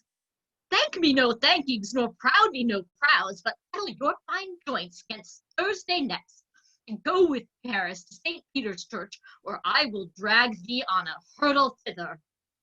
Fie, what, are thou mad? Good father, I beseech you on my knees, hear me with patience, but to speak a word. Hang the young baggage! Disobedient wretch, I tell thee what, get thee to church o' Thursday, or never after look me in the face. Speak not, reply not, do not answer me. Oh, my fingers itch. God in heaven bless her. You are to blame, my lord, to rate her so. Why, my lady Wisdom, hold your tongue, good Prudence. Smatter with your gossips. Go. I speak no treason. God give ye good den. May not one speak. Peace, you mumbling fool. Utter your gravity, or a gossip's bowl, for here we need it not. You are too hot. God's bread, it makes me mad. Day, night, tide, time, work, play, alone in company, still my care hath been to have her matched. And having now provided a gentleman of noble parentage, of fair demesnes, youthful and nobly trained, stuffed, as they say, with honorable parts, proportioned as one's thoughts would wish a man, and then to have a wretched, puling fool to answer, I'll not wed, I cannot love, I am too young, I pray you pardon me. Thursday is near. Lay hand on heart, advise. And you be mine, I'll give you to my friend. You be not. Hang, beg, starve, die in the streets, for by my soul I'll ne'er acknowledge thee, nor what is mine shall never do thee good. To it, bethink you, I'll not be forsworn. Oh, sweet my mother, cast me not away. Delay this marriage for a month, a week, or if you do not, make the bridal bed in that dim monument where Tybalt lies. Talk not to me, for I'll not speak a word. Do as thou wilt, for I have done with thee. God! Oh, nurse, how shall this be prevented? What sayest thou? Hast thou not a word of joy? Some comfort, nurse. Faith, here it is. Romeo is banished, and all the world to nothing, that he dares ne'er come back to challenge you. Or if he do, it needs must be by stealth. Then, since the case so stands as now it doth, I think it best you married with the county.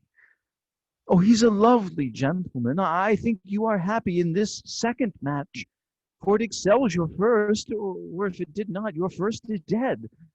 Or 'twere as good as he were, as living here, and you no use of him. Well, thou hast comforted me marvellous much. Go in and tell my lady I am gone, having displeased my father, to Lawrence's cell, to make confession and to be absolved. Marry, I will, and this was wisely done. Ancient damnation, O most wicked fiend! Thou and my bosom henceforth shall be twain. I'll to the friar know his remedy. If all else fail, myself have power to die. Act 4, Scene 1. On Thursday, sir. The time is very short. My father Capulet will have it so, and I am nothing slow to slack his haste. You say you do not know the lady's mind. Uneven is this course, I like it not. Immoderately she weeps for Tybalt's death, and therefore have I little talked of love, for Venus smiles not in a house of tears. Now, sir, her father counts it dangerous that she doth give her sorrow so much sway, and in his wisdom hastes our marriage, to stop the inundation of her tears. Now do you know the reason of this haste? I would I knew not why it should be so slowed. Look, sir, here comes the lady towards my cell. Happily met, my lady and my wife. That may be, sir, when I may be a wife. That may be, must be, love, on Thursday next. What must be shall be. That's a certain text. Come you to make confession to this father? To answer that, I should confess to you. Do not deny to him that you love me. I will confess to you that I love him. So will you, I am sure, that you love me. Poor soul, thy face is much abused with tears. The tears have got small victory by that, for it was bad enough before their spite. Thou wrongest it more than tears with that report. That is no slander, sir, which is the truth, and what I spake it to my face. Thy face is mine, and thou hast slandered it. It may be so, for it is not mine own. Are you at leisure, Holy Father, now, or shall I come to you at evening mass? My leisure serves me, pensive daughter. Now, my lord, we must entreat the time alone. God shield I should disturb devotion. Juliet, on Thursday early will I rouse you. Till then, adieu, and keep this holy kiss.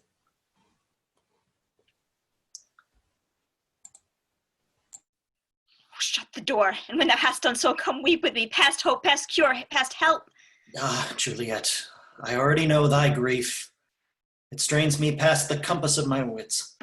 I hear thou must, and nothing may prorogue it, on Thursday next be married to this county. Tell me not, friar, that thou hearest of this, unless thou tell me how I may prevent it.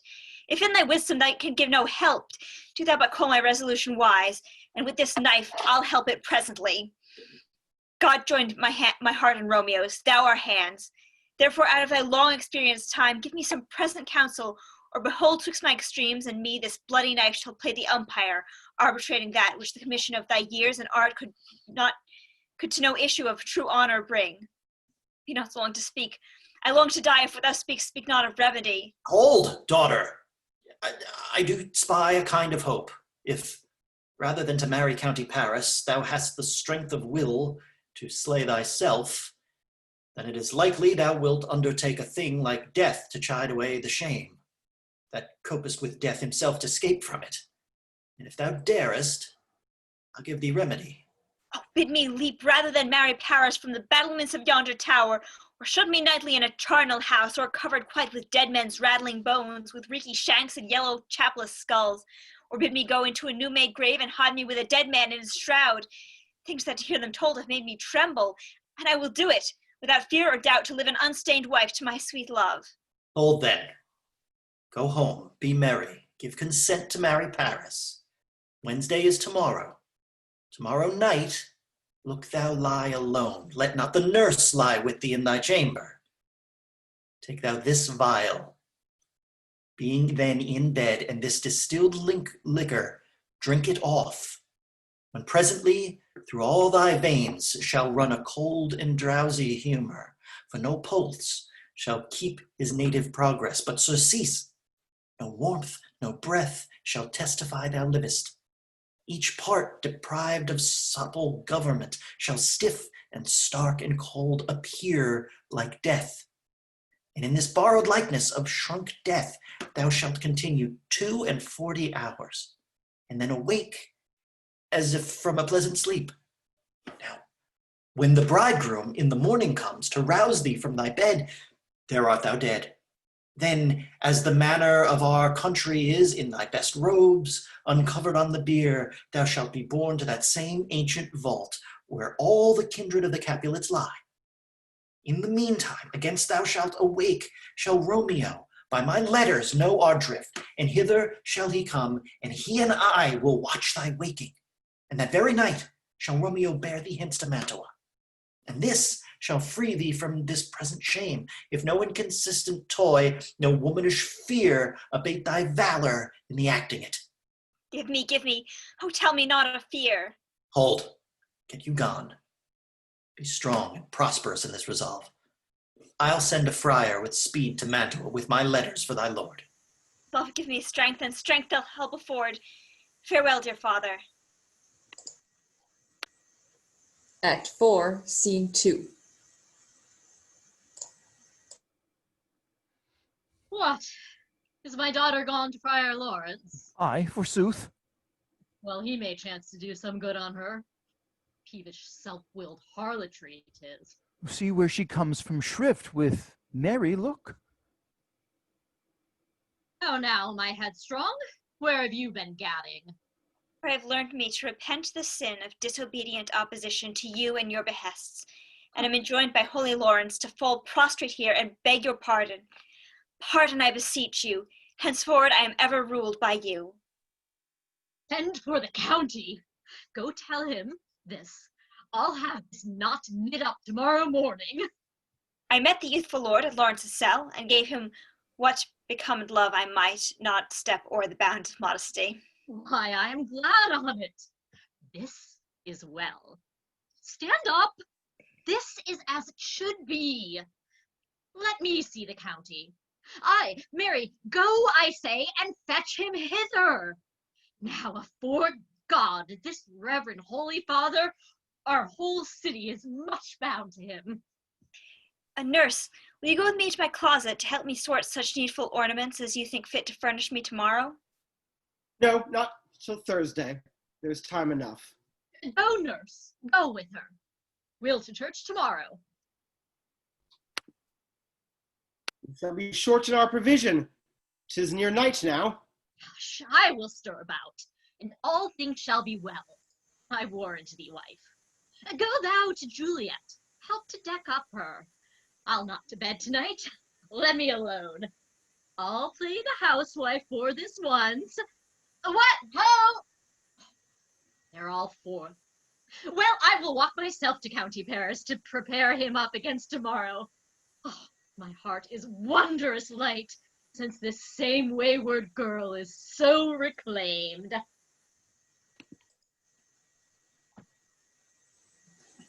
Act 4, Scene 3.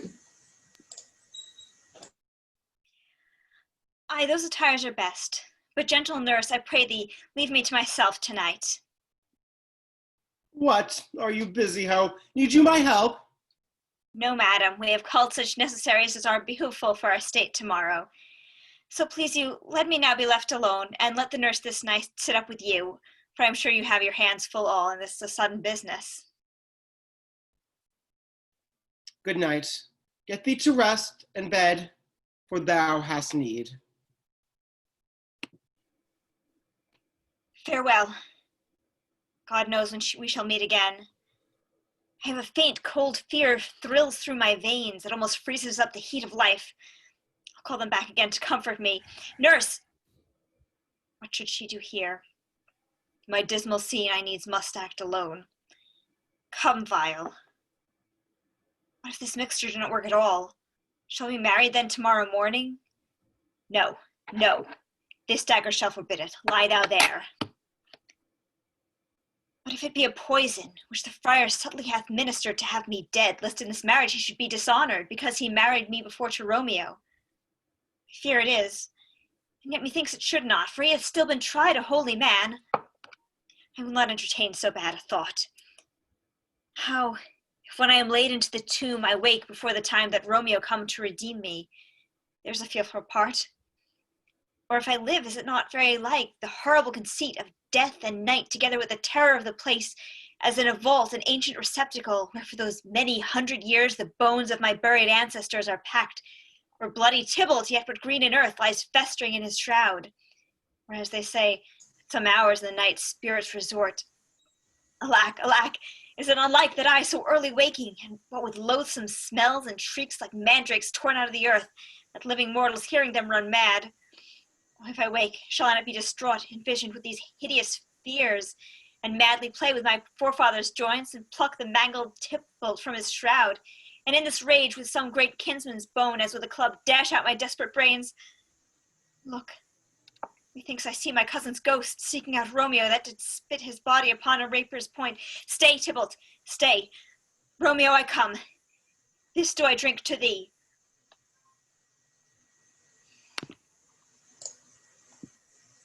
Act 4, Scene 4. Hold, take these keys and fetch more spices, nurse. They call for dates and quinces in the pastry.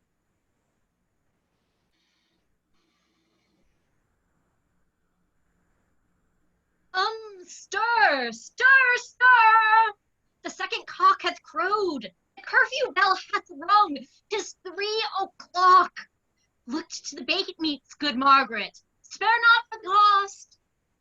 Go, you cot quean, go. Get you to bed, Faith. You'll be sick tomorrow for this night's watching. No, not a whit. I have watched ere now all night for lesser cause and ne'er been sick. Aye, you have been a mouse hunt in your time. But I will watch you from such watching now. The county will be here with music straight, for so he said he would. I hear him near. Nurse, wife, what ho? What, nurse, I say, go waken Juliet. Go and trim her up. I'll go and chat with Paris. Hi, make haste. Make haste, the bridegroom is come already. Make haste, I say. Act 4, Scene 5. Mistress? What? Mistress? Juliet? Fast I warrant her, she... Why, lamb... Why, lady, fie you, slug a bed, why, love... I say, madam, sweetheart, my bride... What, not a word? You take your penny's worth now. Sleep for a week. For the next night, I warrant you, the county Paris hath set up his rest, that you shall rest but little. God forgive me. Marry and amen, how sound she is asleep. I must needs wake her. Madam, madam, madam, I let the county take you in your bed. He'll fright you up, in faith, will it not be? What? Dressed and in your clothes, and down again. I needs must wake you, lady, lady, lady.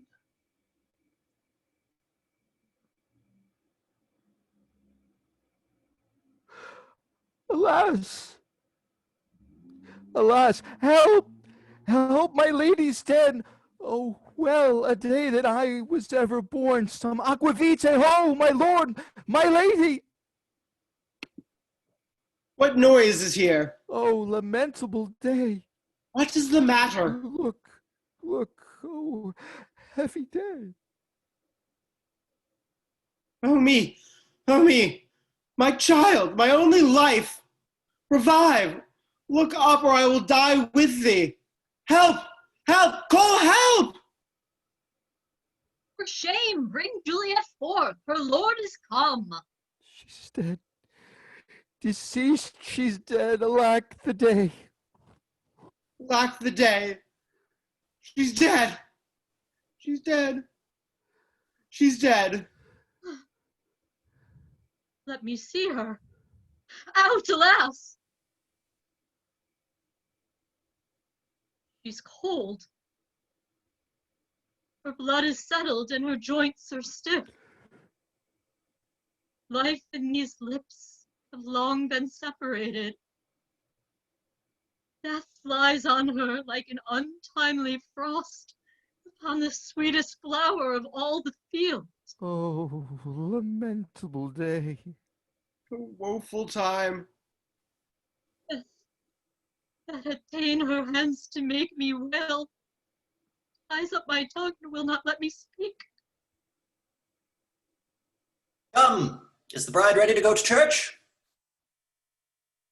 Ready to go, but never to return.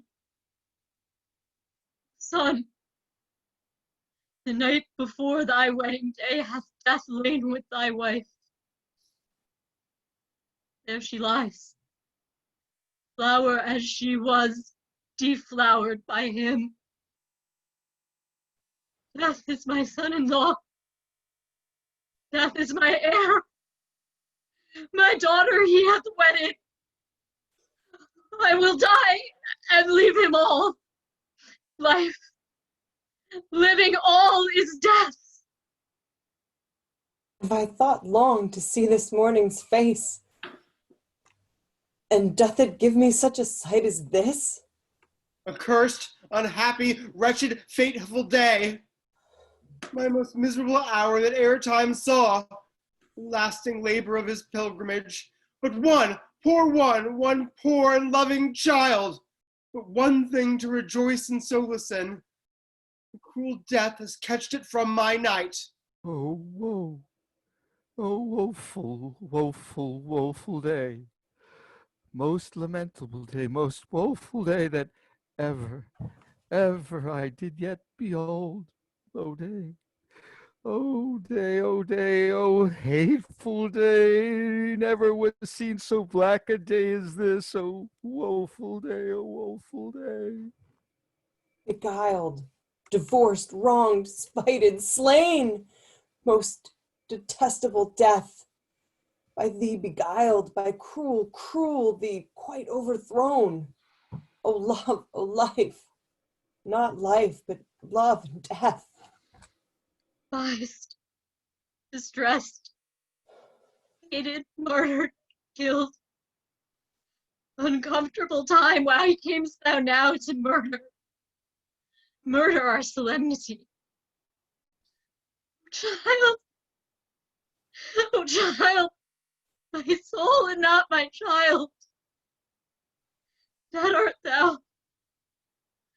Alack, my child is dead. And with my child, my joys are buried. Peace. Oh, for shame. Confusion's cure lives not in these confusions. Heaven and yourself had part in this fair maid. Now heaven hath all. And all the better is it for the maid.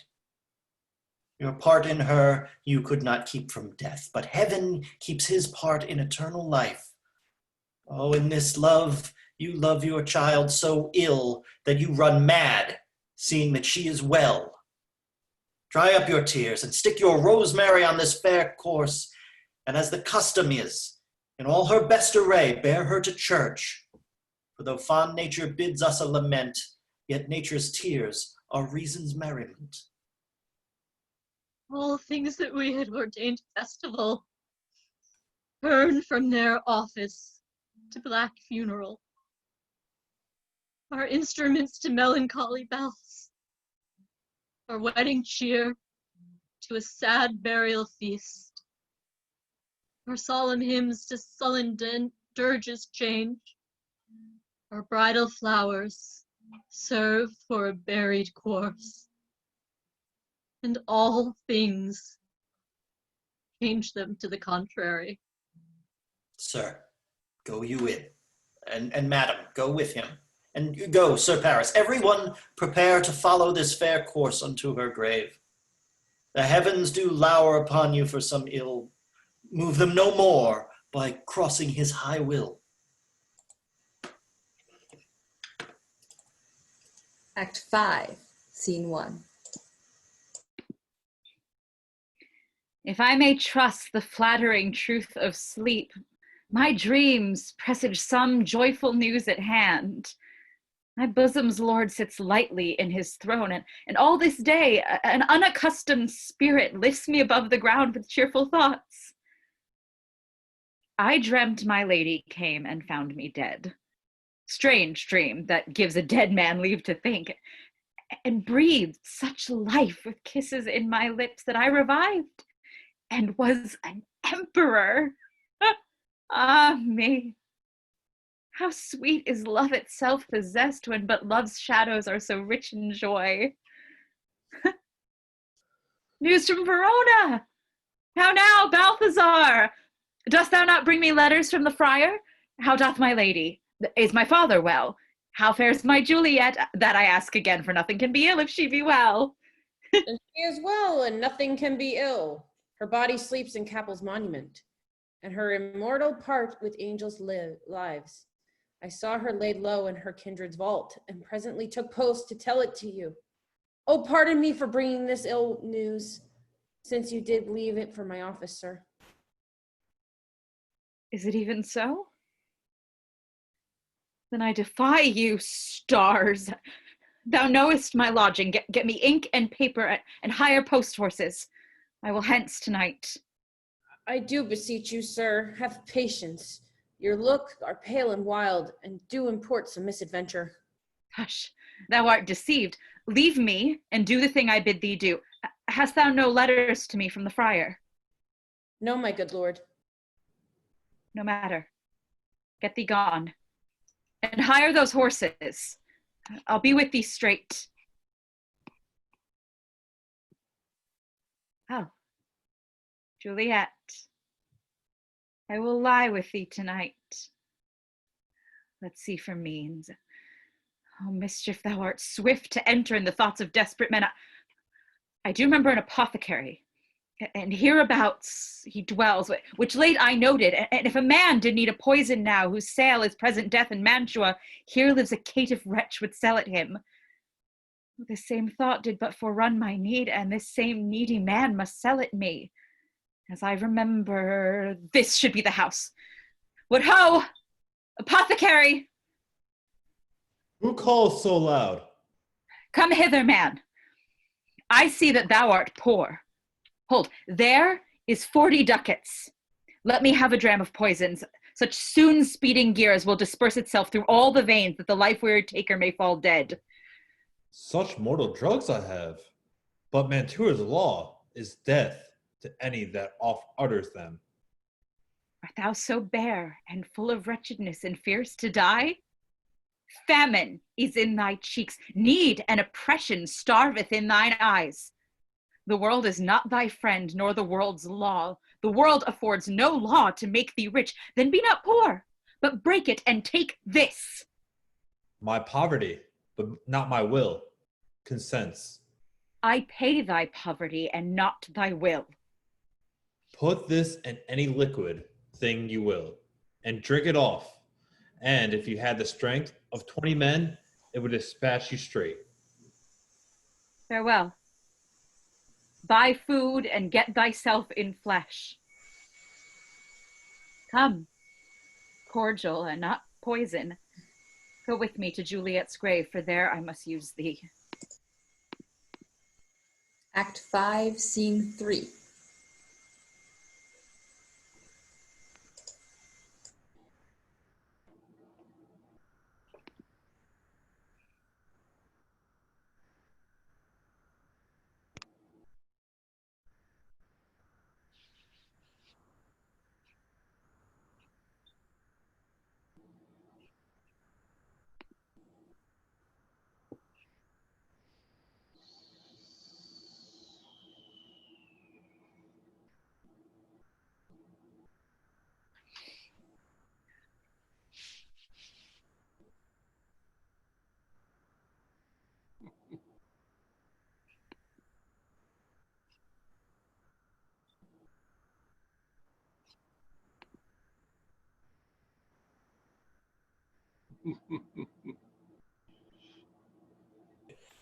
I'm sorry. Tell me what page we're on.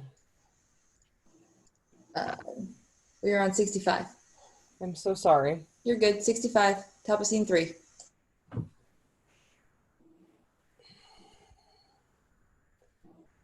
Give me ear, girl, and hence, and stand aloof. Under yon yew trees,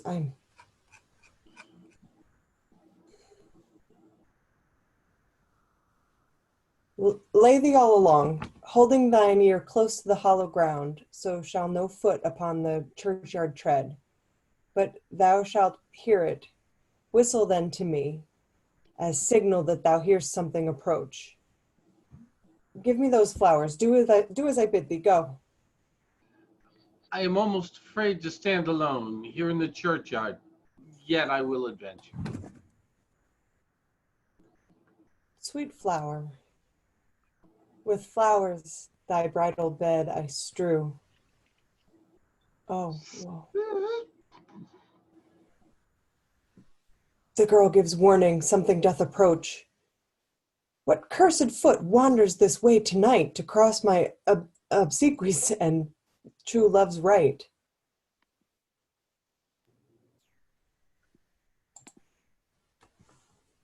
Hold. Take this letter. Early in the morning see thou deliver it to my lord and father. Whate'er thou hearest or seest, stand all aloof. And do not interrupt me in my course, but if thou, jealous, dost return to pry in what I further shall intend to do, by heaven I will tear thee joint by joint, and strew this hungry churchyard with thy limbs. I will be gone, sir, and not trouble you. So shalt thou show me friendship. Take thou that. Live and be prosperous. And farewell, good mistress. For all the same, I'll hide me hereabout. His looks I fear, and his intents I doubt. That is the banished, haughty Montague that murdered my love's cousin, with which grief it is supposed that the fair creature died. And here is come to do some villainous shame to the dead bodies? I will apprehend him. Stop thy unhallowed toil, vile Montague. Can vengeance be pursued further than death? Condemned villain, I do apprehend thee. Obey, and go with me, for thou must die. I must indeed, and therefore came I hither. Good gentle youth, tempt not a desperate man. By heaven, I love thee better than myself, for I come hither armed against myself. Stay not, be gone, live, and hereafter say a madman's mercy bade thee run away. I do defy thy conjurations, and apprehend thee for a felon here. Wilt thou provoke me? Then have at thee, boy.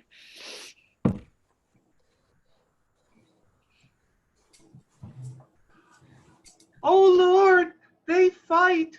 I will go call the watch. Oh, I am slain. If thou be merciful, open the tomb. Lay me with Juliet. In faith I will. Let me peruse this face. Mercutio's kinsman, noble county Paris, one writ with me in sour misfortune's book.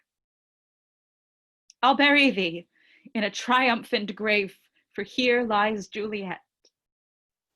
And her beauty makes this vault a feasting presence full of light. Death, lie thou there by a dead man interred. How oft, when men are at the point of death, have they been merry, which their keepers call a lightning before death? How may I call this a lightning? My love, my wife, death that hath sucked the honey of thy breath hath had no power yet upon thy beauty. Why art thou yet so fair? Oh, here will I set up my everlasting rest, and shake the yoke of inauspicious stars from this world-wearied flesh. Eyes, look your last. Arms, take your last embrace, and lips, oh, you the doors of breath, seal with a righteous kiss a dateless bargain to engrossing death. Come, bitter conduct, come, unsavory guide. Here's to my love,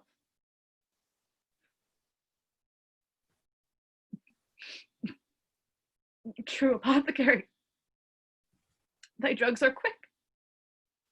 Thus, with a kiss, I die.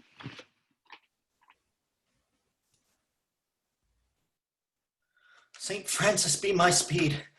How oft tonight have my old feet stumbled on graves? Who's there? Here's one, a friend, and one that knows you well. Bliss be upon you. Tell me, good my friend, what torch is yon that vainly lends his light to grub and eyeless skulls? As I discern it burneth in the capel's monument. It doth so, holy sir, and there's my master, one that you love. Who is it? Romeo. How long hath he been there? Full half an hour. Go with me to the vault. I dare not, sir. My master knows not, but I am gone hence, and fearfully did menace me with death, if I did stay to look on his intents. Stay then, I'll go alone. Fear come upon me. Oh, much I fear some ill unlucky thing. As I did sleep under this yew tree here, I dreamt my master and another fought, and that my master slew him. Romeo! What mean these masterless and gory swords to lie discolored by this place of peace? Romeo. Oh, pale. Who else? What, Paris too?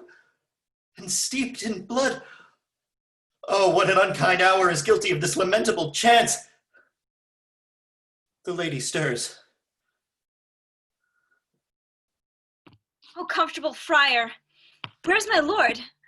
I do remember well where I should be, and there I am. Where's my Romeo? Thy husband in thy bosom there lies dead, and Paris too. Come, I'll dispose of thee among a sisterhood of holy nuns. Stay not to question, for the watch is coming. Come, go, good Juliet. I dare no longer stay. Go, get thee hence, for I will not away. What's here? A cup closed in my true love's hand? Poison I see hath been his timeless end. Churl drunk all, and left no friendly drop to help me after. I will kiss thy lips. Haply some poison yet doth hang on them to make me die with restorative. Thy lips are warm.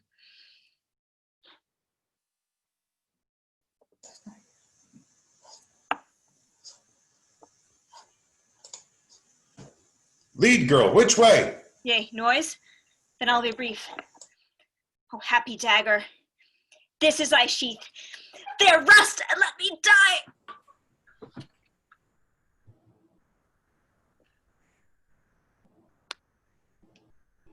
This is the place, there, where the torch doth burn. The ground is bloody.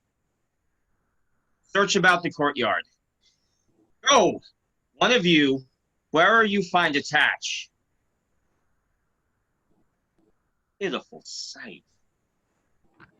Here lies the county slain, and Juliet bleeding, warm and newly dead. Here hath lain these 2 days buried. Go, tell the queen, run to the Capulets, raise up the Montagues, while I do search. See the ground wherein these woes do lie, but the true ground of all these piteous woes I cannot without circumstance descry. Here's Romeo's girl. We found her in the churchyard. Hold her in safety till the queen come hither. Here is a friar that trembles, sighs, and weeps. Great suspicion. Stay the friar too. What misadventure is so early up that calls our person from our morning's rest?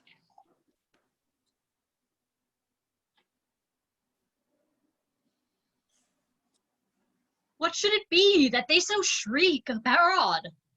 The people in the street cry Romeo, some Juliet, and some Paris, and all run with open outcry toward our monument. Well, what fear is this which startles in our ears? Sovereign, here lies the county Paris slain, and Romeo dead, and Juliet dead before warm, and new killed. Search, seek, and know how this foul murder comes. Here is the friar, and slaughtered Romeo's girl. Heavens! But wife, look how our daughter bleeds. Dagger hath misstain, for lo, his house is empty on the back of Montague. And it missheathed in my daughter's bosom. Oh me, the sight of death is as a bell, warms my old age till a sepulchre.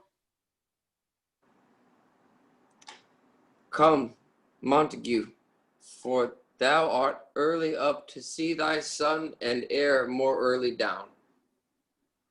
Alas, my liege, my wife is dead tonight. Grief of my son's exile hath stopped her breath. What further woe conspires against mine eye? Look, and thou shalt see. O thou untaught, what manner is in this, to press before thy father to a grave? Seal up the mouth of outrage for a while till we can clear these ambiguities and know their spring, their head, their true descent. And then will I be general of your woes and lead you even to death. Meantime forbear, and let mischance be slave to patience. Bring forth the parties of suspicion. I am the greatest, able to do least, yet most suspected, as the time and place doth make against me of this direful murder. And here I stand, both to impeach and purge myself condemned and myself excused. Then say at once what thou dost know in this. I will be brief, for my short date of breath is not so long as is a tedious tale. Romeo, there dead, was husband to that Juliet, and she, there dead, was husband that Romeo's faithful wife. I married them, and their stolen marriage day was Tybalt's doomsday, whose untimely death banished the new-made bridegroom from the city. For whom, and not for Tybalt, Juliet pined. You, to remove that siege of grief from her, betrothed and would have married her perforce to county Paris. Then comes she to me, and with wild looks bid me devise some mean to rid her from this second marriage, or in my cell there she would kill herself. Then gave I her, so tutored by my art, a sleeping potion, which so took effect as I intended, for it wrought on her the form of death.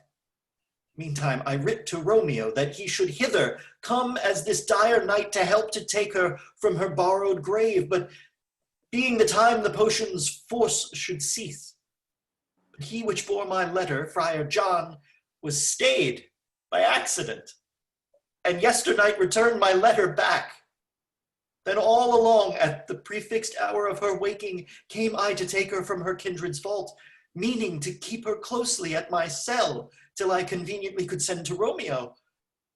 But when I came, some minute ere the time of her awaking, here untimely lay the noble Paris and true Romeo dead. She wakes, and I entreated her come forth and bear this work of heaven with patience, but then a noise did scare me from this tomb, and she, too desperate, would not go with me, but as it seems, did violence on herself. All this I know, and to the marriage her nurse is privy, and if aught in this miscarried by my fault, let my old life be sacrificed, some hour before his time, unto the rigor of severest law. We still have known thee for a holy man. Where's Romeo's man? What can he say in this? I brought my master's news of Juliet's death, and then in post he came from Mantua to this same place, to this same monument. This letter he early bid me give his father, and threatened me with death. Going in the vault, I departed not and left him there. Give me the letter, I will look on it. Where is the county's page that raised the watch? Sirrah, what made your master in this place?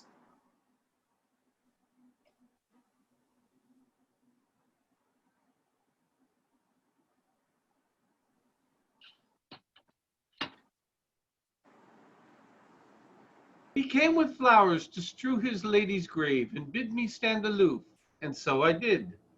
Anon comes one with light into the tomb, and by my master drew on him, and then I ran away to call the watch.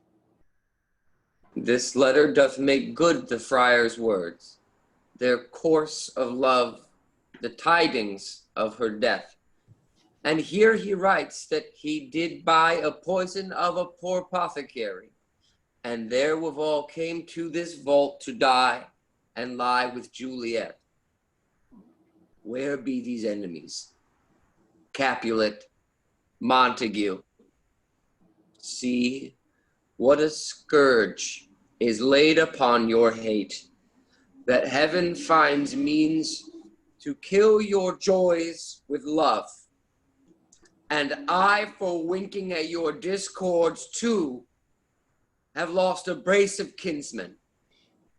All are punished. Brother Montague, give me thy hand.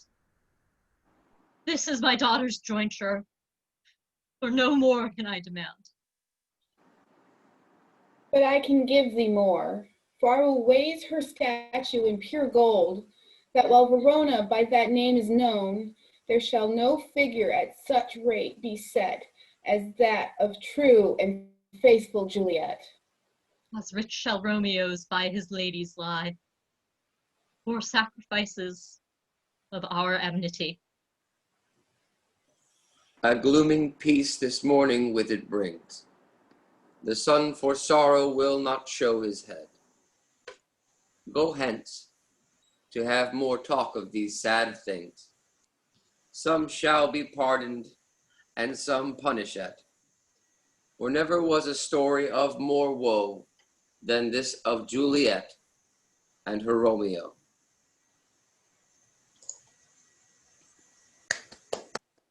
Thank you so much, everyone. What a fantastic show.